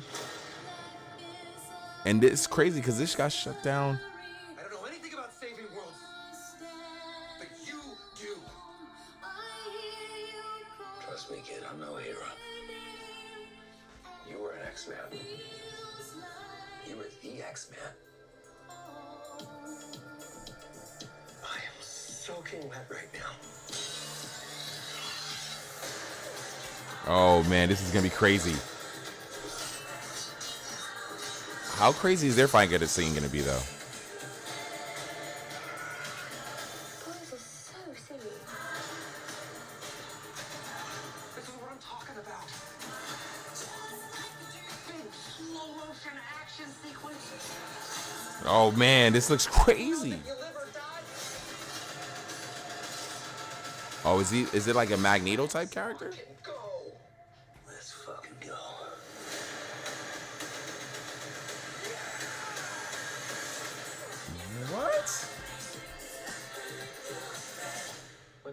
cocaine? Hey, cocaine is the one thing that Feige said is off limits. What about Bolivian marching powder? They know all the slang terms. They have a list. Even snowboarding? Even disco dust. White girl interrupter? Even forest bump. Do you want to build a snowman? Yes. But I can't. Build a snowman? List is What is this? What is that? What is that they are jumping through? To me personally, that looks like one of those portals that Doctor Strange makes. That looks like a Doctor Strange portal to me. That right there, we can turn the sound down now because we don't need the sound. That looks like a Doctor Strange portal. See, this is why I didn't want to watch the trailer, because it's going to show me a bunch of shit that are like, I'm like, oh man. But that looks like a Doctor Strange portal. Let's see. I seen something else in here. So who is that? Is that like one that looks like some fucking who is that?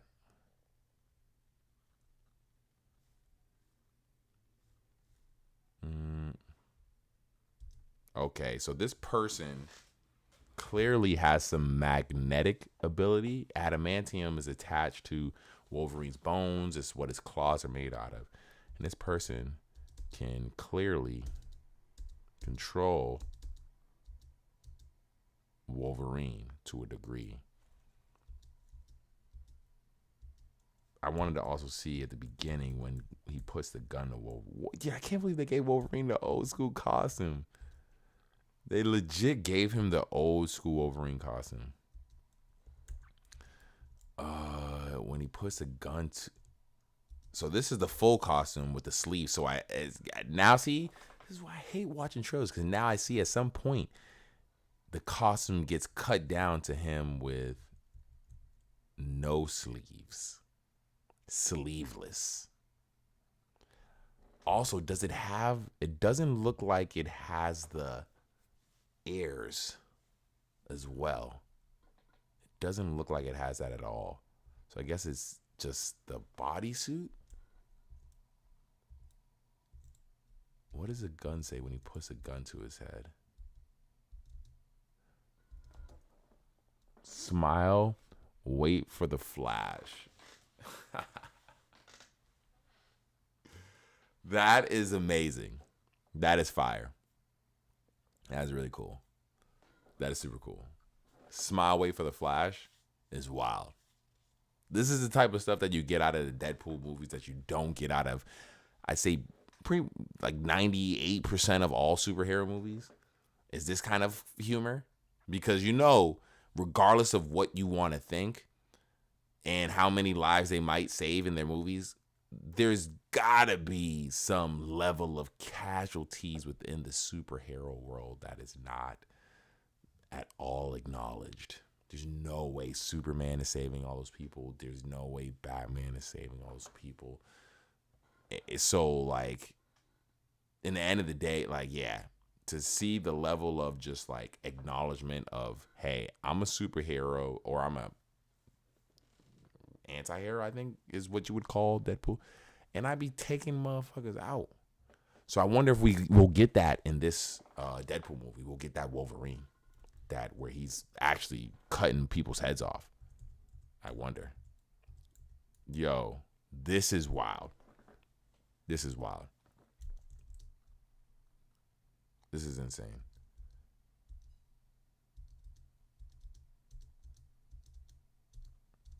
Oh my God.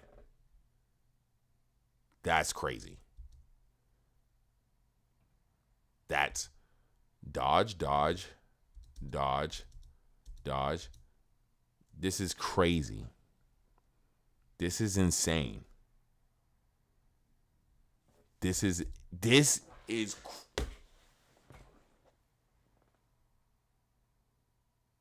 that's crazy. Mind you, Deadpool does have similar abilities to Wolverine, where he can heal, but still taking 3 adamantium claws to the groin. That's just insane.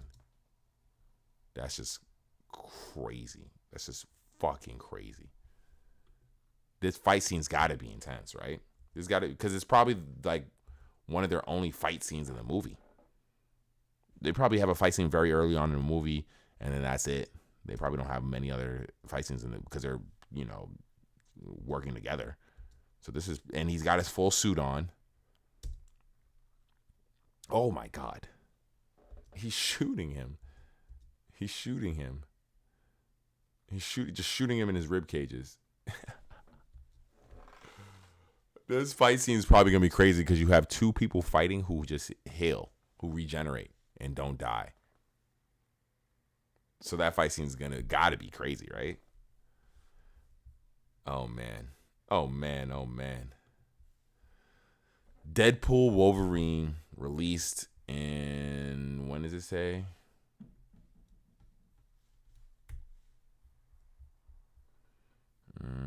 Does it have an official release date?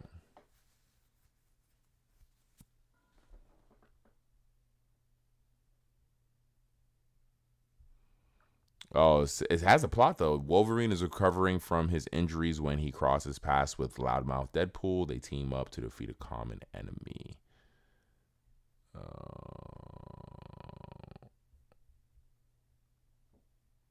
Do they have a release date? July 26th. Ooh. July 26th. Yeah, see, Deadpool 2 came on 2018. Deadpool 1 came out in 2016.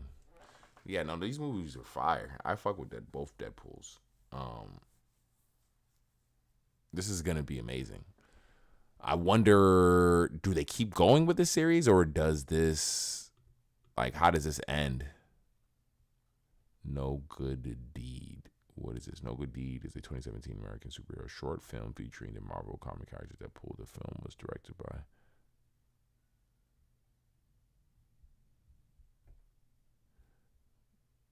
Where can I watch this at?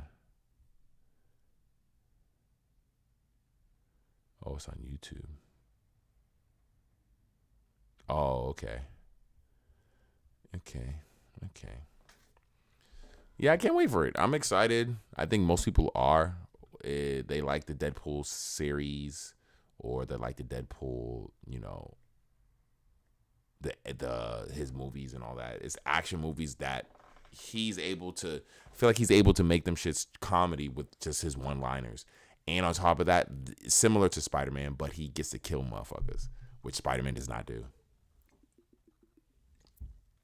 Pretty much no superhero does that. At least that gets movies and shit. No superhero gets to kill people, except Deadpool. So I'd say that's pretty legit, honestly. I'm for it. I think most people who are entertained by the Deadpool series are as well.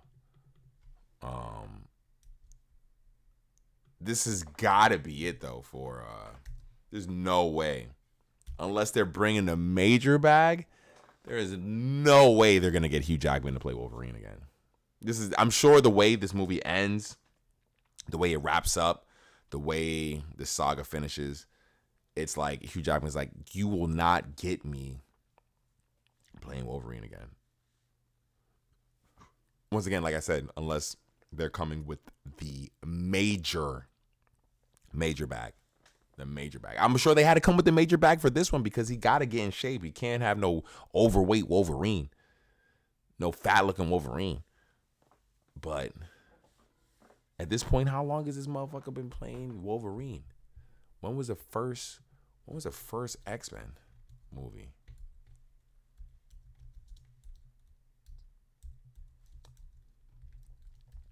This dude's been playing Wolverine. X-Men is it came out in 2000. It came out in 2000. And it's 2024. So you've had this dude playing Wolverine for 24 years. For 24 years. For 24 years, this motherfucker's been playing Wolverine. Yeah, I can see why he's over it. But at the same time, it's probably worth it to just pay this motherfucker whatever he is asking to play this role. Because when you think about it and how Wolverine ages and how Hugh Jackman at this point, you saw him in that trailer, how he's aged. Wolverine does get older, but yeah, what was it? Logan was the movie where he was like old and not and like over it and all that shit. Yeah, man, they really have had this motherfucker playing Wolverine. They're the same character for 24 years. Just think about how that sound. Maybe on a TV show, I can see someone not giving a fuck. But you are a professional actor. Like, you get bread for the movies that you are in. And they got you playing the same dude for 24 years. Granted, that bag is immense. I'm sure the average person will never. And so they can never really talk about what they would do in that position or anything like that. But in the end of the day, I'm sure most actors want to evolve and create something new and just not be playing. And especially when it's action movies and stuff like that, it's not like really challenging your chops as an actor. You're doing fucking a mutant movie. I could see a motherfucker being tired of that shit.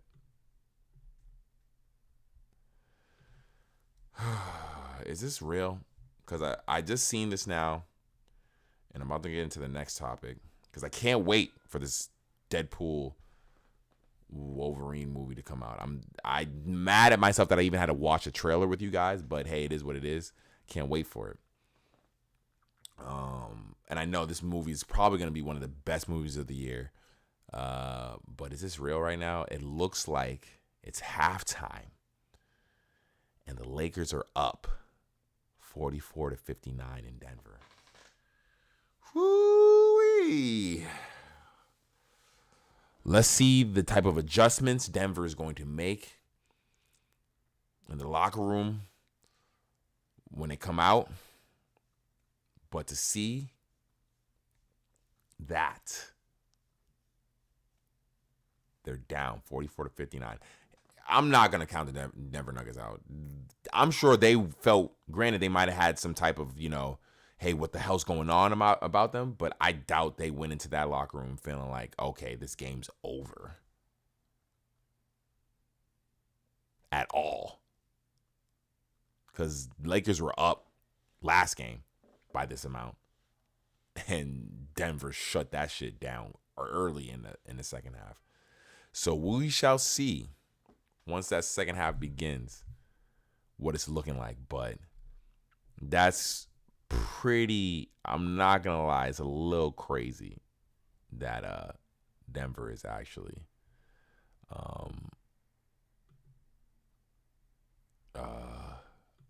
down. But I think it's just because, hey, at the same time, I hate to put it on the refs like that, but I just watching the game nonstop, it's hard to not notice the call.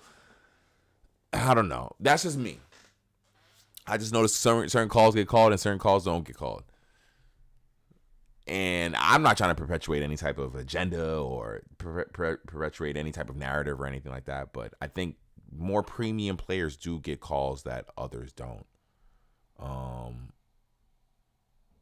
Just in general, I'm seeing it's looking like D'Angelo Russell is having a way better night than he did last time, which would be key. That's the issue, is that D'Angelo Russell didn't show up. None of the bench, none of the alternative players to LeBron James and Anthony Davis showed up for the most part in the last game. So that's what would, I think, if the whole Lakers team shows up, it'd be impossible for it to not be at least a close game. You know? Let's get into this next. So let's see. We talked about Ryan Garcia. We talked about Supreme Week 11. We talked about the NBA playoffs. We talked about the Deadpool trailer, which I can't wait for the movie. End of July. Oh man, that movie's gonna be fire. What's next though? Honestly, just in general, just to not miss that. What is next for the superhero space? Am I the only? I know I'm not the only one who's noticed. They have slowed up on making superhero movies. You guys have noticed that too, right? They've definitely 100% slowed up on superhero movies. Are not coming out like that, like they used to.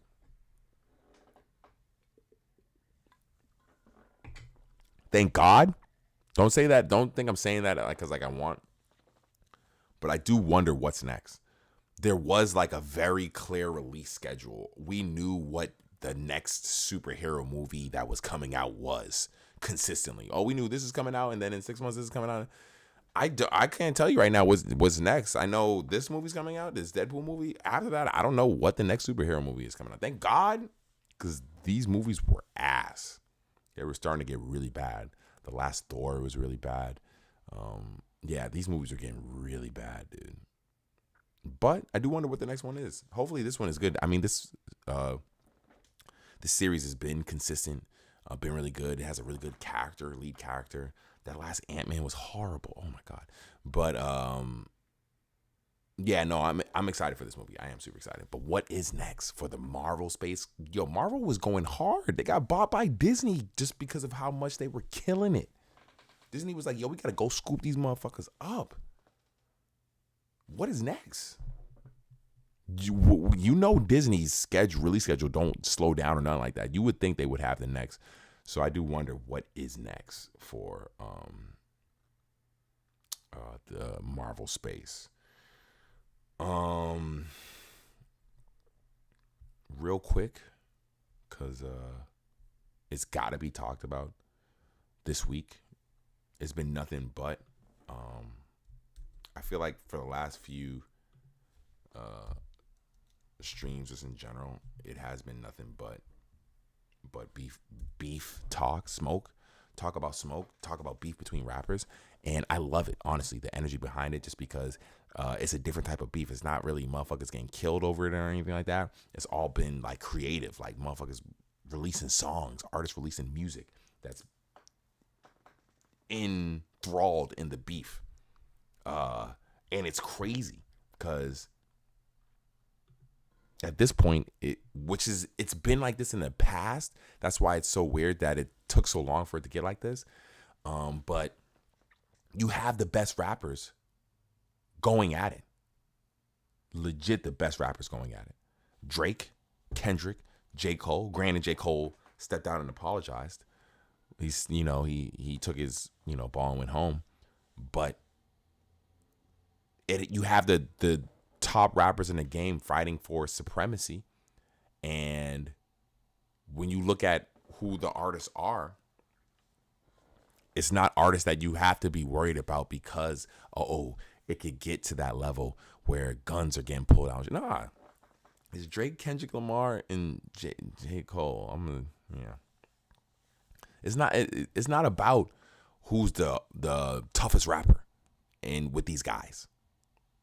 It's about who's the best. Really. Who's the best? To me personally, it's about who's the best. And now we've gotten everything released. Let's see what we got released. When you look at everything we got released. When you want to just do a little breakdown of the history. We got Like That, which came out about a month ago on Future and Drake's We Don't Trust You. lit the world ablaze with that Kendrick verse. That Kendrick verse turned it up on motherfuckers. Then you have, after that, or like a week or two after that, J. Cole releases 7-Minute Drill, which, as a J. Cole fan, I liked, but wasn't come on, LeBron, wasn't 100% complete a fan of, because I thought it was missing a level of creativity that I thought J. Cole was capable of. Regardless, J. Cole felt a type of way about it, lost sleep, and apologized, and took it off streaming. Then about, through what everyone's saying, is 3 weeks after the Like That verse came out, Drake releases Push-Ups, which to me is no sneak dissing, no playing around, no feature verse. It's, all right, you've been playing with me, you've been playing on my name. Here's a verse about you and all the other people around you who clearly have a problem with me. Released from Drake. Drake releases Push Up. Now it's on streaming. It's been on streaming for about a week or so, maybe less. Looks like, from what I'm seeing, act posts and stuff, it's doing numbers. It's looking like it's going to outstream Like That, apparently, which is crazy. But at the same time, not crazy. It's Drake and it's a diss song. So it's not super surprising. And so up to this point, you have all this music that's been released and all this situations that have happened. And you're like, all right, the ball technically, at most, the average person would say, has been put into Kendrick's court. Because at this point now you have J. Cole, who's released a song, even though he apologized and took it off streaming. And then Drake, who's released a song. And then you just have your one verse on a song that's not yours, that you're featured on, where you were getting at these two dudes. And they pretty much did get at you. Regardless of what J. Cole wants to say, he did get at you. He did say some shit about you. That made people who were J. Cole fans before J. Cole said anything question your catalog. Regardless, the diss existed for a moment and had some validity to it for a moment, regardless of how people felt, whether they hated it or not. So now we're at this point, since all of it has been done, all of it has been released, the playing field has been released. We now have Drake last weekend releasing Tailor-Made Freestyle, which to me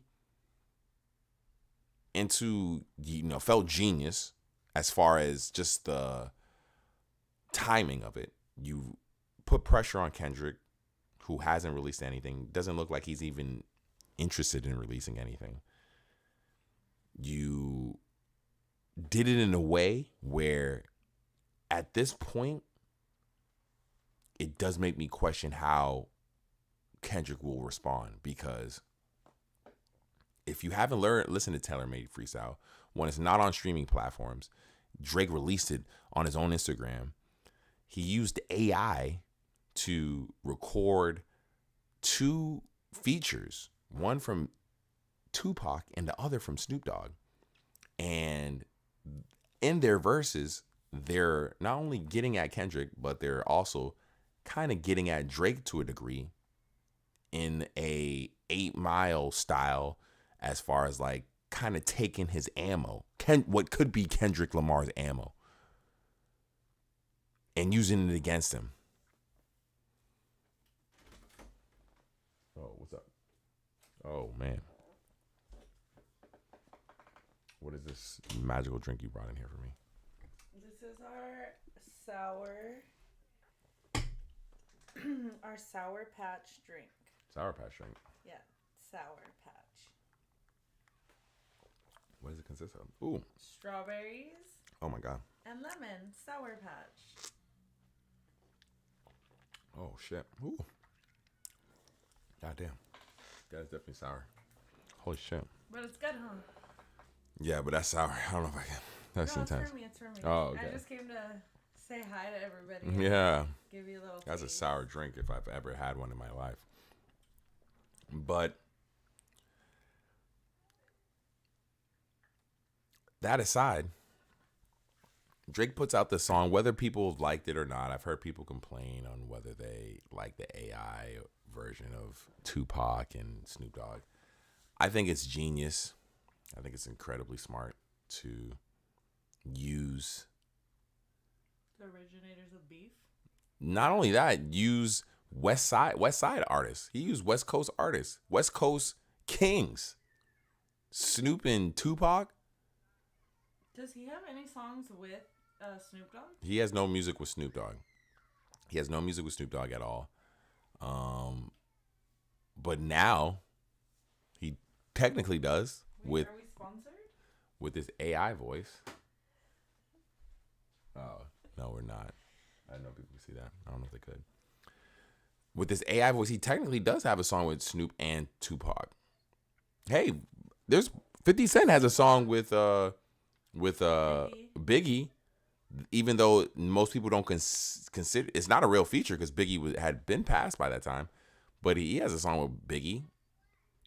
Granted, it's an old. Ashanti. Yeah, it's an old verse, but I don't know whether you like it or not. In this space of warfare, when it comes to battle, I think what Drake is doing is either in preparation because he knows Kendrick Lamar has got like a nuke that he's about to drop, which could very well be the case. I could 100% see this be the case that Drake knows Kendrick Lamar is about to bring the heat, like, and release something that's crazy. Or he knows maybe Kendrick Lamar is not going to release anything because Kendrick Lamar doesn't give a fuck about any of this.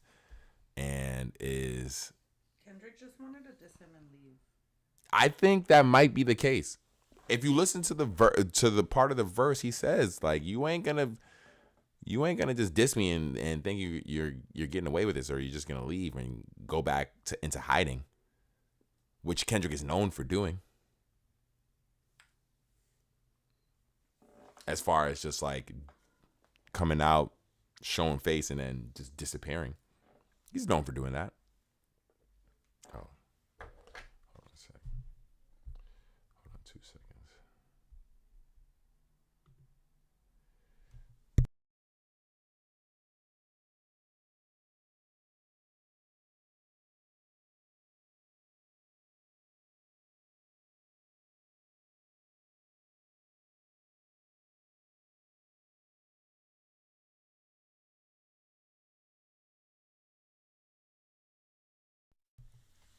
I just think, in reality,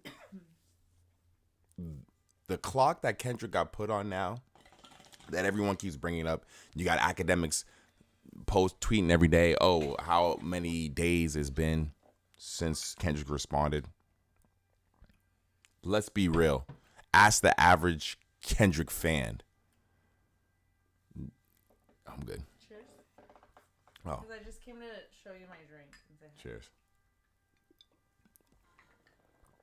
Ask the average Kendrick fan. Ask the average music fan. Would you be surprised if Kendrick actually didn't respond at all? Would you be surprised? Would that surprise you? If he did respond, maybe on a project, maybe a year from now he released or whatever. But if he doesn't respond in the normal hip hop traditional manner, would you be surprised? Like on a track that, look at how Drake went about it. Regardless of the AI and all that shit, look at how Drake went about it. It was still very traditional in the sense that he got a beat together, got on it, and said his problems with whoever he had problems with. Whereas up to this point, if you think about it, for me, for the most part, if you look at it in the most basic sense, most of Kendrick's releases of him talking about shit or doing things have never been in the most traditional sense of, let me hop on a song and let me hop on a beat and release it, and this is a Kendrick Lamar diss song. He released a Control verse. That wasn't even his song.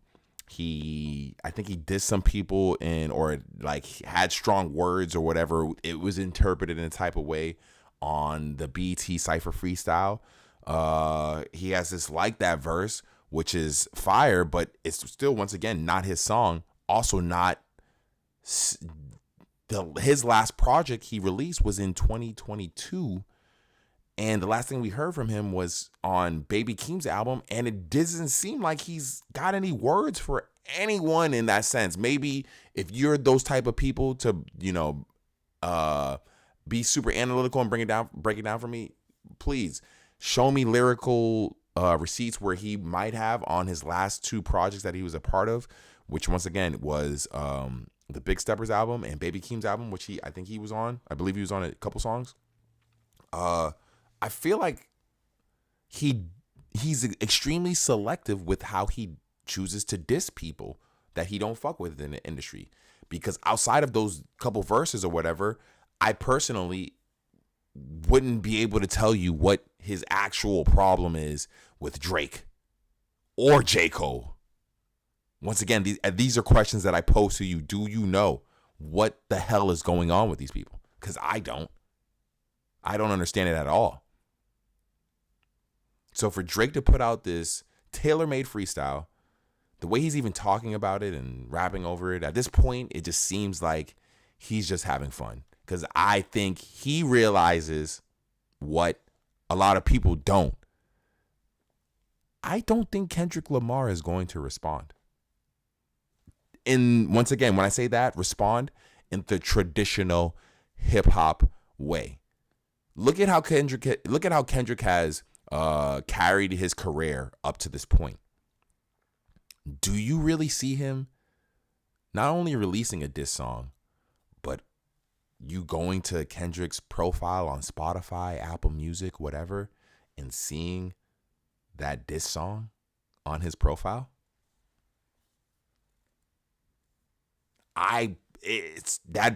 To me, it seems like he's never been moved in that way to move that way.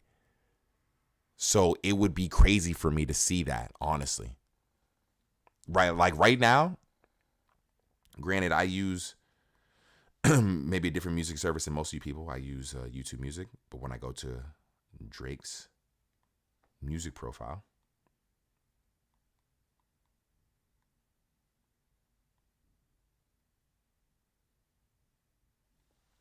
Push-Ups is there.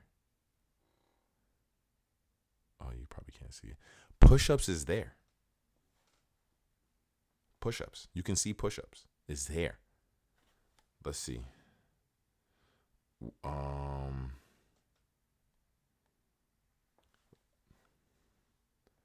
Back to Back is there.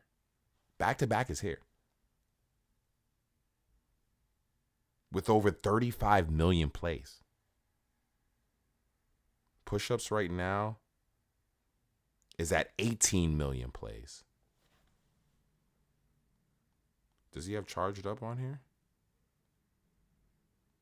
Charged Up, 2.1 million plays. I wasn't the biggest fan of Charged Up. Charged Up was okay. Does he have Duppy Freestyle? No, I don't think he ever released Duppy Freestyle. I don't think so. But that's one thing I would wonder how Kendrick would go, because I don't think Kendrick's ever put out music alternatively, like just released it on his Instagram, just put it on YouTube, just like released it through another service. J. Cole and Drake have released. I think J. Cole hopped on a beat and hopped on a artist's beat and let the artist put it out on his YouTube page. There's a song like that on his they have both done music, released it alternatively. That's why I'm like, honestly, at this point, I'm just fuck a clock that he's on. I'm just wondering what he's going to do at this point. Like, really, what is his move? Because if he does drop a nuke on this motherfucker, Drake, because one thing's for certain, Drake is not bulletproof. Pusha T has proven that. Drake, as when it comes to battling, is not bulletproof. We know that already going into this. This is the reason why you look at the comments, you see how people talk about Drake is not bulletproof. But up to this point, Kendrick has not shown a chink in his armor. He hasn't really shown like, oh, you can get me here because I haven't done this. No, he has the support of the streets. He's from one of the most dangerous parts of America. He lyrically is that dude. There's plenty of verses where he demonstrates that. And then success-wise, he sells. Granted, it might not be Taylor Swift numbers, but this motherfucker sells. And I believe tour-wise, he does his thing. I think he's doing arena tours. I'm not sure. But he's got the acknowledgement as well, the Grammys to show and prove. So I think at this point, really, what is... You've seen J. Cole try to get at his... how many albums he's put out or whatever. That's why I think J. Cole kind of had to recant, because he was talking about some bullshit that he knew wasn't the case. He was talking about some shit that he knew wasn't... He didn't believe in himself. So I think in the end of the day, that's more, I think, what... And hey, kudos to Kendrick if he chooses to take advantage of it and make people wait. People will keep saying in the comments, Drake took 3 weeks. Like 3 weeks is a long time. It's not that long. 3 weeks will be here very soon.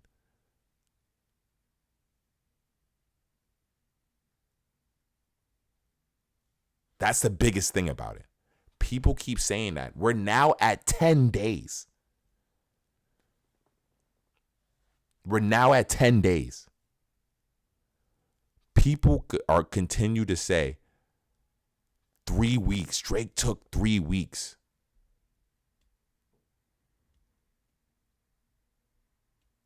So if I personally don't, if he does release something, I don't think it's going to, I think it'll be after the 3 weeks. If I'm Kendrick, honestly, here's the thing. If I'm Kendrick, I might even release it like on the exact amount of time. Call it 3 weeks. So I don't know. Like, I feel like there's so many avenues Kendrick could take, but I've never seen Kendrick in this type of mode, because most of the time when he's fired, no one's fired back. Anytime Kendrick has said anything to Kendrick, or anytime Kendrick has said anything to anyone on Wax, no one's fired back at him. So I think this is the first time. I think that's one of the reasons why they have that Boogeyman label on him. And honestly, it'll be interesting to see, because Drake 100% put the pressure on Kendrick to the degree that we have to. But at the same time, Kendrick has moved in a way that I could see his fans caping for him to the degree where if he didn't release anything, they'd say, oh, well, that verse was that hard. That's how crazy his fans are, and diehard his fans are. Mind you, they're already diehard enough that they're like, hey, Drake took 3 weeks, even though Drake was on tour, all these things that you can bring up as a factor of why Drake might have taken a little longer for his verse to release a song.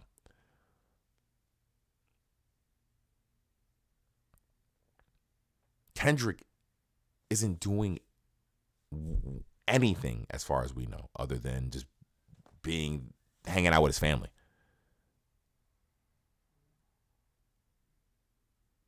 What is Kendrick doing right now? So the fact that we don't even know if we're still questioning if he's actually going to put anything out is insane to me. But I don't know. Another question I'll ask you guys. If you're Kendrick Lamar, what do you do? What do you do? Do you release another song? Do you release a song? Do you need to release a song? Do you feel like you need to release a song at this point? Do you feel like Kendrick needs to respond at this point?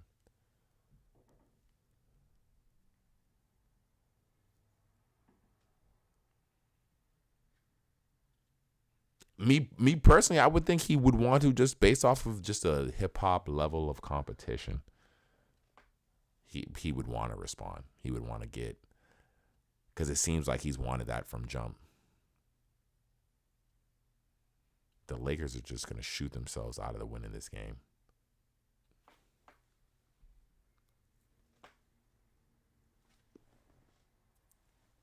The Lakers are legit going to shoot themselves out of winning this game. Pissing me off. Thank God I don't bet money on. Oh my God. Lakers legit can't get a basket. It legit will be interesting to see. That's the biggest thing I'm interested in, is to see really what Kendrick Lamar is going to do next. Timing wise, or how long it takes, at this point, I'm over it. It's been 10 days. Like, I'm over it. If Drake puts out more music at this point, I'll be like, all right, Drake, chill. Like, granted, if the song is fire, I won't deny that. But definitely at this point, I would say Drake needs to chill and not put out any more music about this situation. I think he can fall back until he gets a legit response.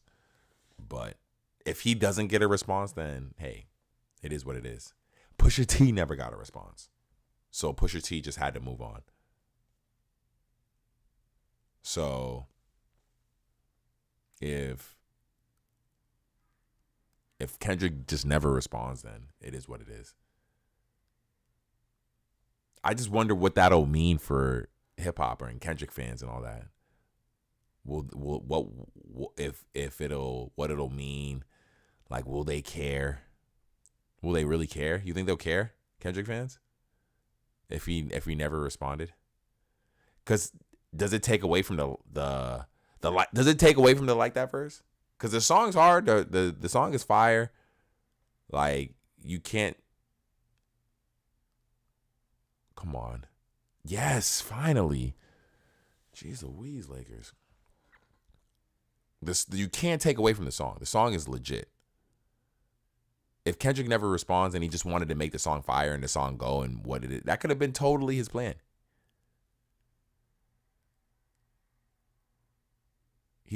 Oh my God, the Lakers are pissing me off right now. He just wanted this song to go. 100% I can see him just wanting this song to go. So let me just record this crazy ass verse and keep it pushing.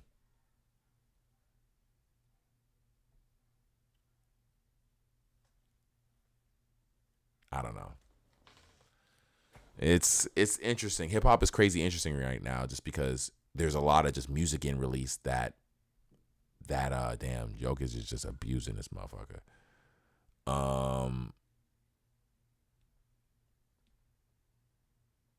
There's just a lot of music just recorded. I mean, so we have this that's going on. Drake releases the song with these two artists, with Tupac and Snoop Dogg, and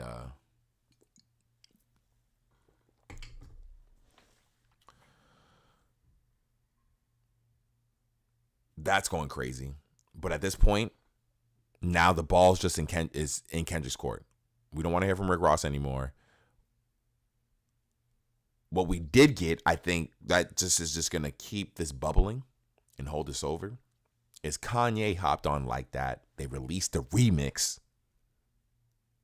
Yeah, they released a remix, and Kanye's on it now. And it's cool. I don't mind Kanye's verse. I don't think anyone is like, oh, we don't want to hear, music from Kanye. But there's a couple things. One, me in general, I got a ton of people who are into fashion and a ton of friends who are into fashion and all that. Say a majority of my friends who bought Yeezy Pods have not received anything from, not just Yeezy Pods, anything from that website, that $20 website that this nigga keep promoting. I say a majority of my friends have not received anything from this Yeezy website. 2, Vultures 2, when are we getting that? When is that coming? I thought that was supposed to be coming like weeks ago. Bro, why are you getting in some beef that is not even, you're not even mentioned in? No one's even talked to or said your name. No one's even said anything about Kanye West this entire time. Not brought him in or brought him up in a reference or anything.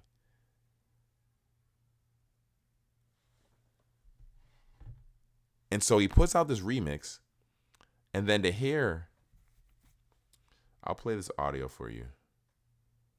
Just because.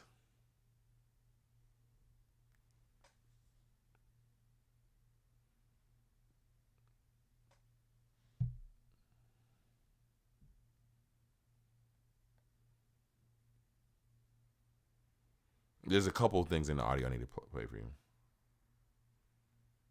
From this interview he does with Chris Lavoie.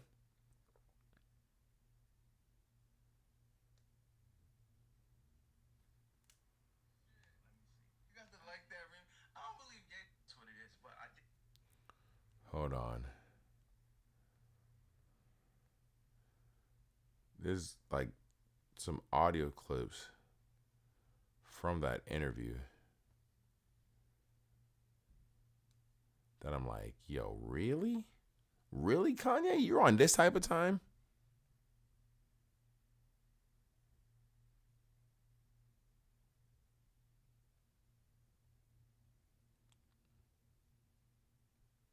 Where's that clip at?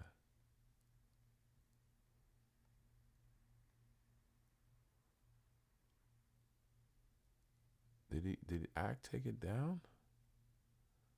He must have took it down.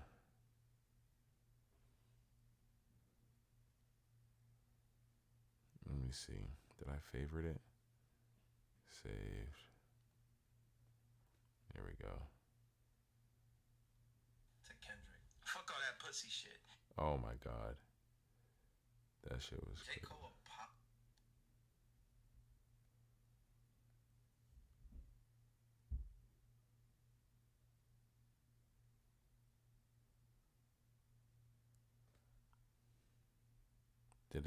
They must have took the other one down.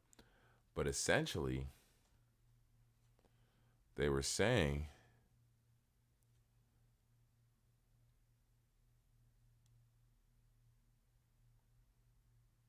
oh, here it goes. Oh, yeah, Pluto called me. I went to the studio, laid that, and then we how did this even come about? Who called who? Yeah, Pluto called me. I went to the studio, laid that, and then we went through the creative process, adding the chords, and called the Hooligans, called them out in London to get on the joint. Everybody was very, very excited about the elimination of Drake. Yo, we were not excited. We was energized. How did this even? We was energized about the elimination of Drake. My issue currently with anytime they're showing Drake promo, they keep using that photo when he has those fucking hair barrettes in and the curly hair. I hate that fucking photo. I hate that shit. They were excited about the elimination of Drake. What the hell did Drake do to these niggas? They hate this nigga Drake. They cannot stand this nigga. They hate this nigga Drake. They hate this nigga Drake. They cannot stand this dude. So this is the interview with Justin LaVoy that he said this in. He also said this about J. Cole in the same interview, which was crazy to me as well. This was crazy as me as well. Apologized to Kendrick. Fuck all that pussy shit. Oh, shit. Fuck. J. Cole apologized to Kendrick. Fuck all that pussy shit. Oh, shit. Fuck all that shit. Yeah, you have it. Yo, fuck all that shit, man, because it's like that nigga J. Cole went on tour with Drake. He know what it is. It's like, nigga, you can't run now. It's you also, all this, like... It's up for Cole, too? If you say Cole, you can't say up and Cole in the same sentence. Oh, it's like, it's Yo, Kanye is going harder than Kendrick right now at these niggas.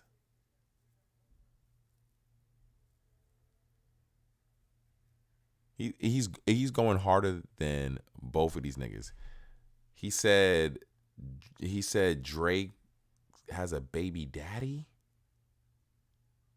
This interview is fucking crazy.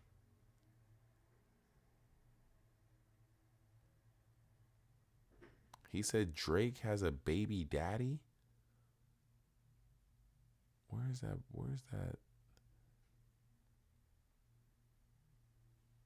Like,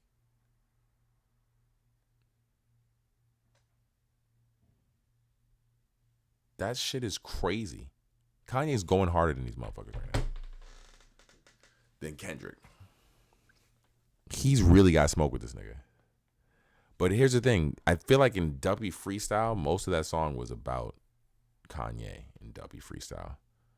So does Drake respond to Kanye for this verse? I don't know. He's got the time.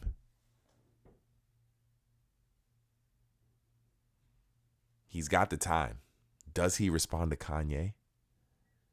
Because I feel like if he responds to Kanye, Pusha's going to feel the need to get involved. Right? It would only make sense. You didn't respond to my last diss. Why are you getting at my boy again? Like, leave him alone.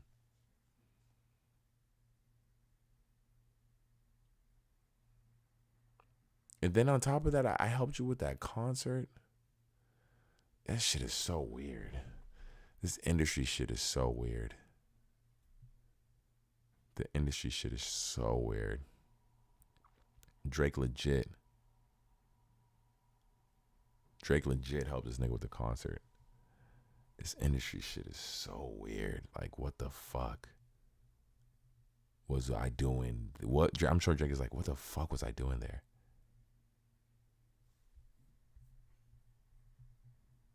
That shit is so weird. I don't know. But I will say, hey, Tailor-Made Freestyle, go listen to it. It's fucking entertaining as hell. This beef is entertaining as hell.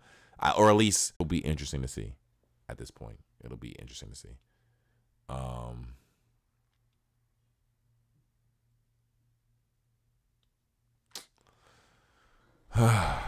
Yeah. This and the Tailor-Made, the Snoop was playing dumb to it. It was funny.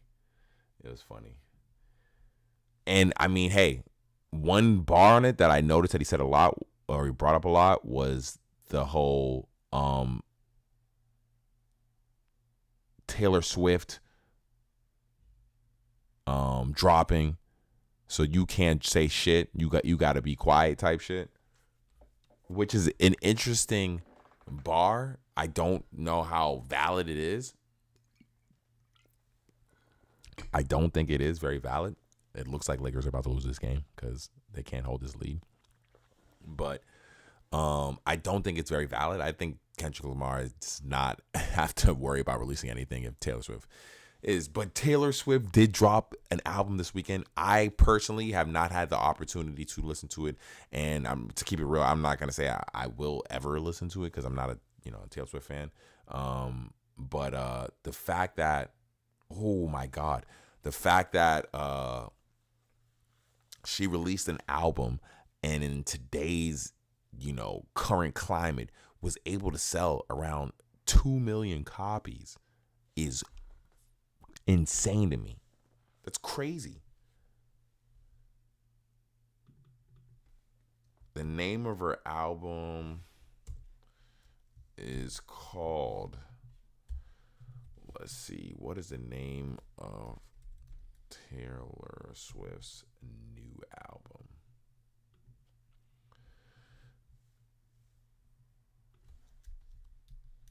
I think it's called something Poets or whatever. What is it, right? Something like that, right? The Tortured Poets Department. No, I didn't want to play the album. I just wanted to go to the album more. Let's go to the description. The Tortured Poets Department is the 11th studio album by American singer-songwriter Taylor Swift, released the 19th. It was written and produced by Swift, Jack and Todd. Let's see if it has any description about the music. Swift conceived the Tortured Poets Department shortly after finishing work on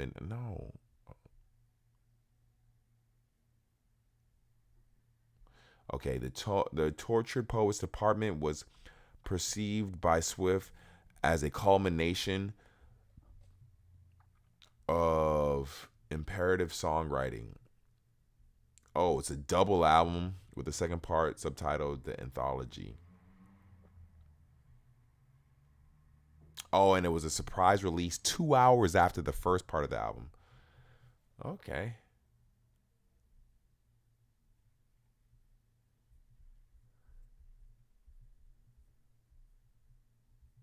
Okay. So it's a 2-part album. Yeah, like I said, I'm not a Taylor Swift fan, so I haven't listened to this or anything like that.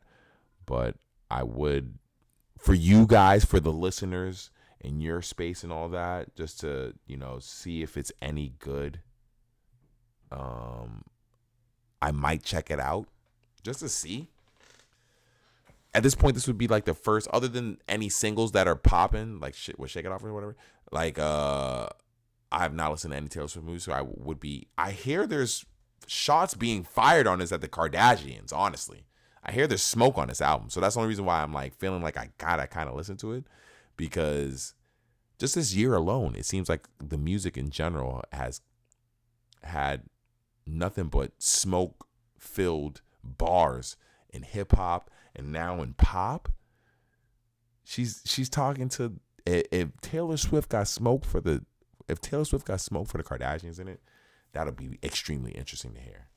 I would love to hear that, honestly. I would love to hear that. Denver down by 9. Oh man. Nah, Denver down by 7. Oh man. Oh man. With 9 minutes left to go in the fourth. Oh man.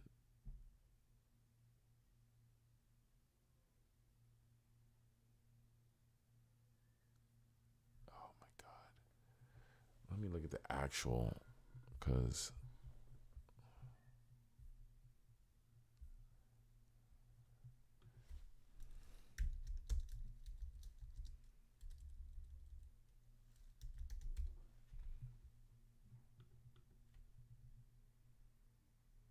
damn, Nuggets is really about to come back on this shit. If they just come back in the last couple minutes of the game and just win, that shit'll break my heart. Lakers couldn't get it done game 2. Even with all the help from the refs. Because, the refs be helping these niggas. Wow. They really can't get it done. Wow. Defensively, they really can't get it done. Oh my God. This is breaking my heart right now to watch this game, guys. This is breaking my heart, guys. It's breaking my heart. This is legit. This is breaking my heart. Also in the beef space, really in the rap beef space, before we get to the stream, to the gaming portion of the stream, Chris Brown and Quavo, are they really just beefing? Are they really, what is the problem? Please. I don't understand it. This is legit. This is breaking my heart. What is their original problem? That's what I cannot tell with the Quavo and Chris Brown beef. But we had Quavo release a song that had some bars towards Chris Brown. Then we had Chris Brown release The Weakest Link last weekend, which was 100% just all about Quavo. And the song itself, I fuck with it mainly because it has like a the vibe to the song is what's going on.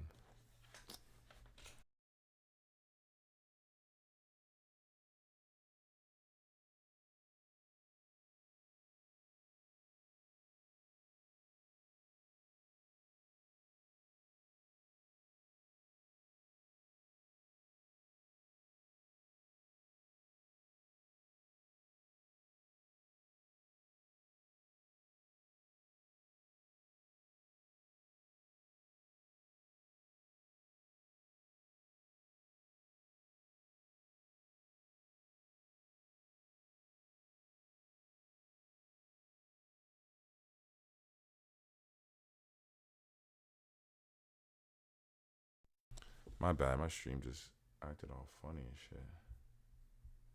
That was my bad. My interweb. You know I'll be with the interweb sometimes.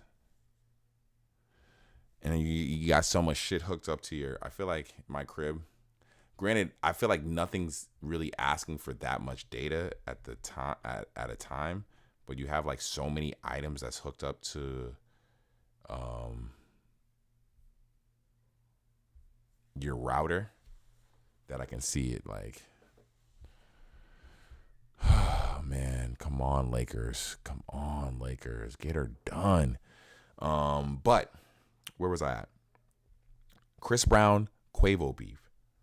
So we had Quavo release a song that had bars dissing Chris Brown in it, and then Chris Brown released a full song. I was looking for that actual song. That's what I was looking for. Chris Brown, Weakest Link.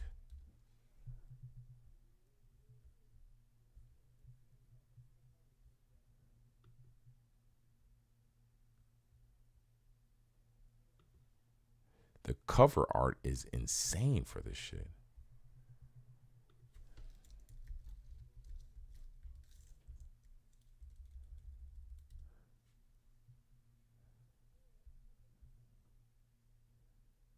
Weakest Link. The cover art. So he released it through Dat Piff.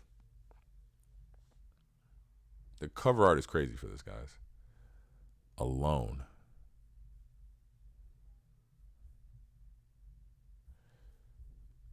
Just real quick, I'll show you real quick. Oops. That is unnecessary, Chris Brown. That is wild. That is wild. That's a wild ass cover, Chris Brown. Totally unnecessary. Completely unnecessary for that to be the cover art for your Quavo diss. Bro.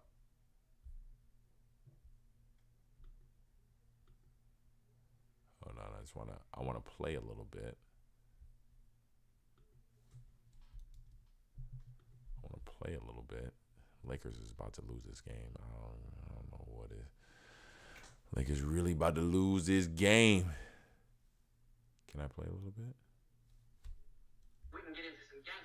Understand what is this beef about?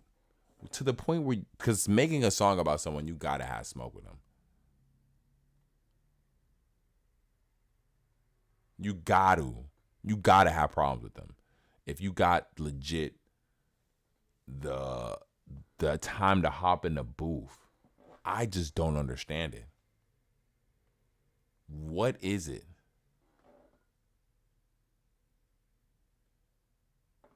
And then Quavo dropped a song getting at an academics.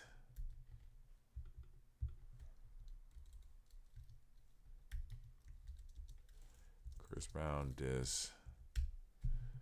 Academics put it out. Over hoes and bitches. Put out by Dat Piff as well. 5 hours ago. Pussy nigga, pull up, crash, shout about your babe. Why you pussy? Little bitch come dance, battle with my Drake. You been fucked your bag up when you punch me in the face. Tell my fashion week, you sparing who come punch me in my face. It ain't nothing but a fade. You know you lost a frame. Niggas ran in your house, tied up your aunt cause you ain't paid. I'll say this about these battles compared to what you might get in the Drake, Kendrick Lamar, J. Cole. It's pretty straightforward in these bars. You don't need anyone to break down or do any like TikTok analytical breaking down of the bars and what either of these niggas are saying. There's no metaphors, double entendres, things of that nature at all in this song. It's pretty straightforward. He's saying, come dance with my Drake. That's fucking hilarious. This is legit like the most straightforward shit you can ask for out of this shit.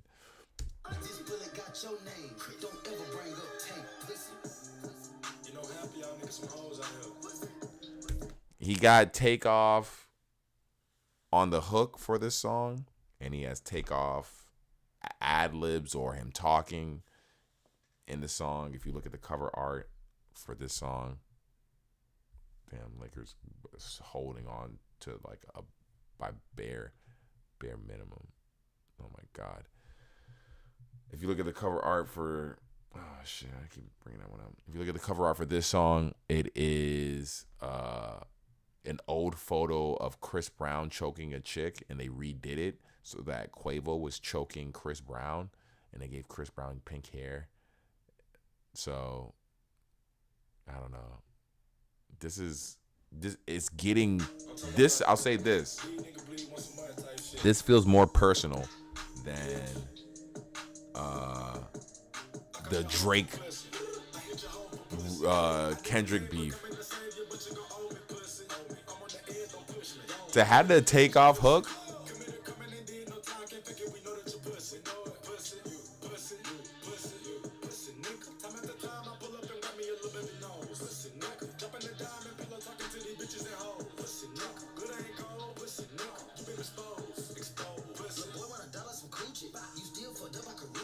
Huh?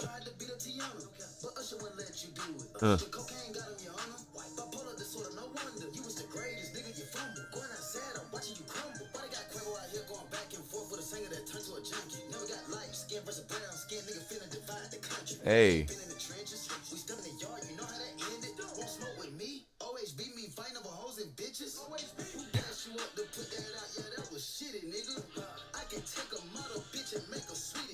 Huh?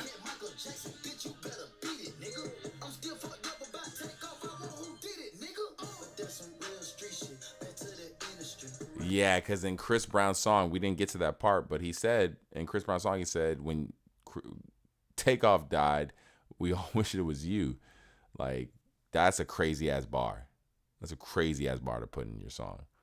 Because I don't think anyone really necessarily even thought, I didn't want any of the Migos to die. So, fuck it, even if I would, you know? got plenty. Fuck that. Pussy, every time you see me, keep that energy. Can't believe I gotta beat you by some women, bitch. I hit your hoe for pussy. I did the favor, come in to save you, but you gon' owe me pussy. I'm on the edge, don't push me. You work with the feds, you pussy. Come in and did no time, can't figure we know that you pussy. Pussy. This shit hard.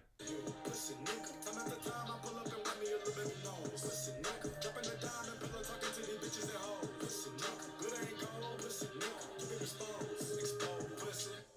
Cause he got that. That's crazy. Quavo came back though. He came back fairly fast. Responded. Legit track. That's actually a good track. Like, especially because of that takeoff hook.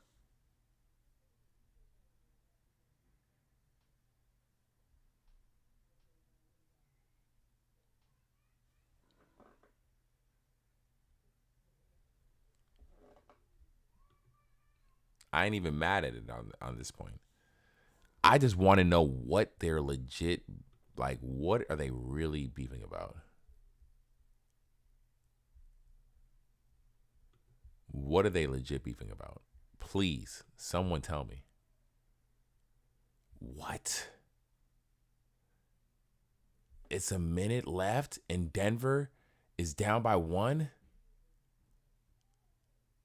Oh my God. Oh my God. Can I show you guys this? I'll show you real quick. Down by 1, a minute left. I'll watch my stream to make sure. Oh, come on, LeBron. Oh my gosh, LeBron James.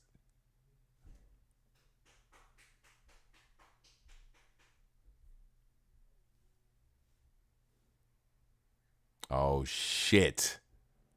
Oh shit. Oh shit. That was major. That move was major.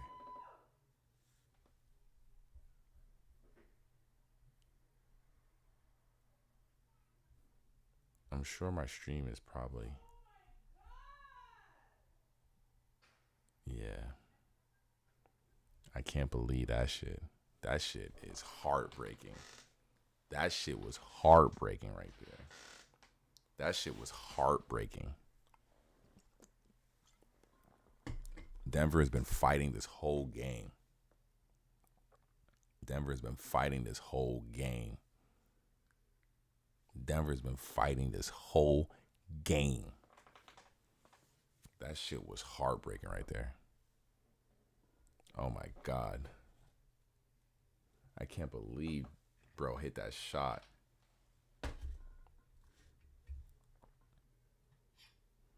It's a minute 14 left. I'll bring it up for you guys again. Just so you can see this. There's no way. Oh.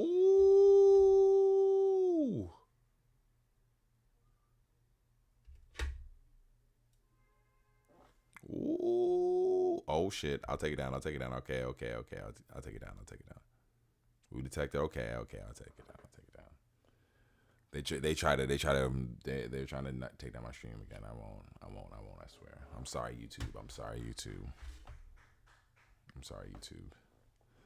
They hate on my shit. You can't react to anything in real life. I wonder if there's like a way you can like pay to have that shit, like access to that shit. That'd be cool as fuck. What is this Bill Skarsgård? What is this wild action epic? What is this Boy Kills World? What the hell is that? And everything else, let's see. I can put the Quavo versus Chris Brown in the topics as well.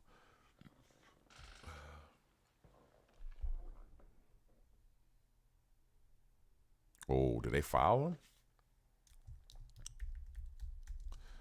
Trending and popular Fallout 4 has become a game that people want to see now or get back into. Your IGN is releasing new Fallout 4 content. Mind you, Fallout 4 came out in 2012, I think. It was 2012 that game came out. It's 57 seconds left and it's tied. Oh my God.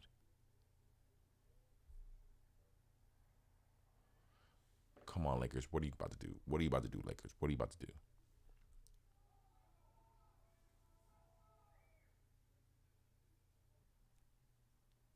Oh, oh my God. Jamal Murray just hit that game winner like it was his. Oh my God. Jamal Murray just hit that shit like it was nothing. Just cash that shit. Real quick. Just so you can see this shit. I know she's trying to take me down. Boop. Bam. God damn. Like it was none. God. Like it was nothing. Look at that. Step back. Woo. You see why I get... Ooh, you see why I like the Nuggets? Oh, man. Sorry, Lakers fans. Sorry, Lakers fans. Sorry, Lakers fans. Sorry, Lakers fans. And he had Davis on him, too. Anthony Davis complaining all day today about not getting Defensive Player of the Year. Oh, they won't give it to me. Well, bitch, you ain't defending. You didn't defend this nigga. You ain't defending this, you got shit. You got a whole foot on this nigga. Oh, my God. Damn. Hit that game winner like it was his job. All right, just back that. Hold on a sec.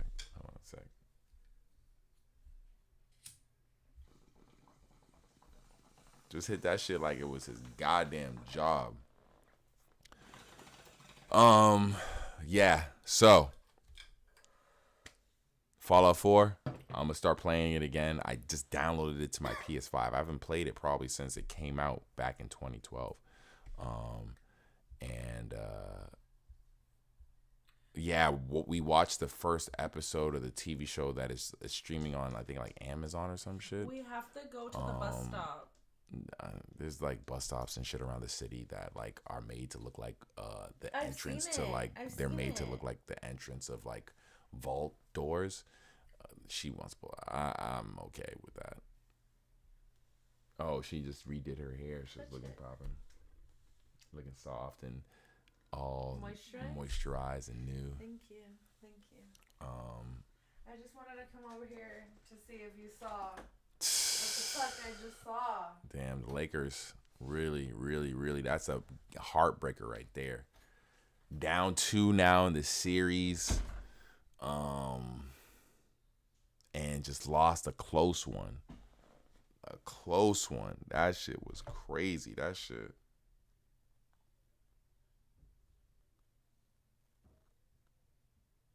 was crazy the way that game ended. Shout out to the Lakers, though, for clearly showing out and bringing the heat and, like, attempting, like, really not making it easy for Denver.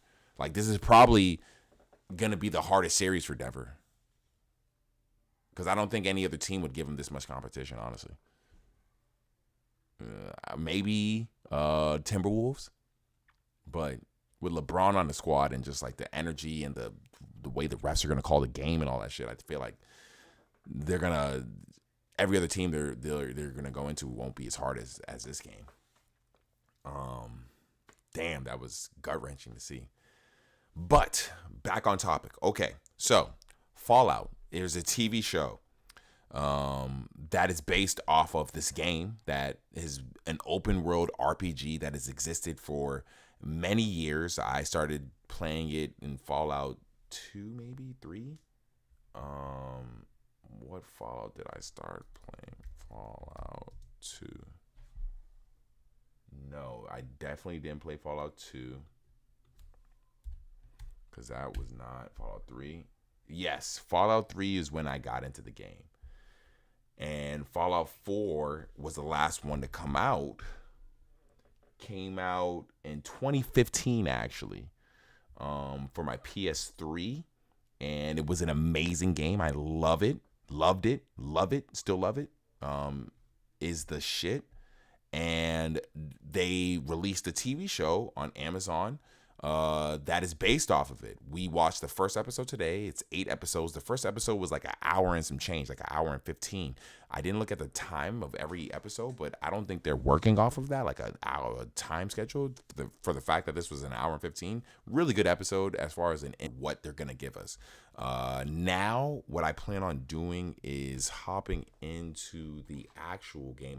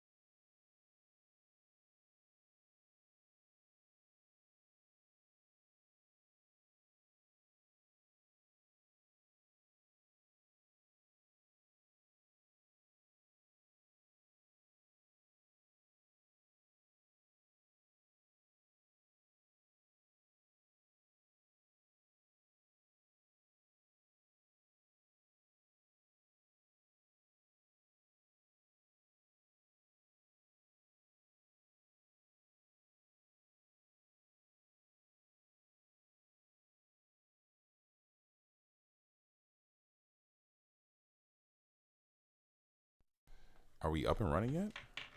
Please tell me we're up and running yet. That shit's annoying. I'm not used to that.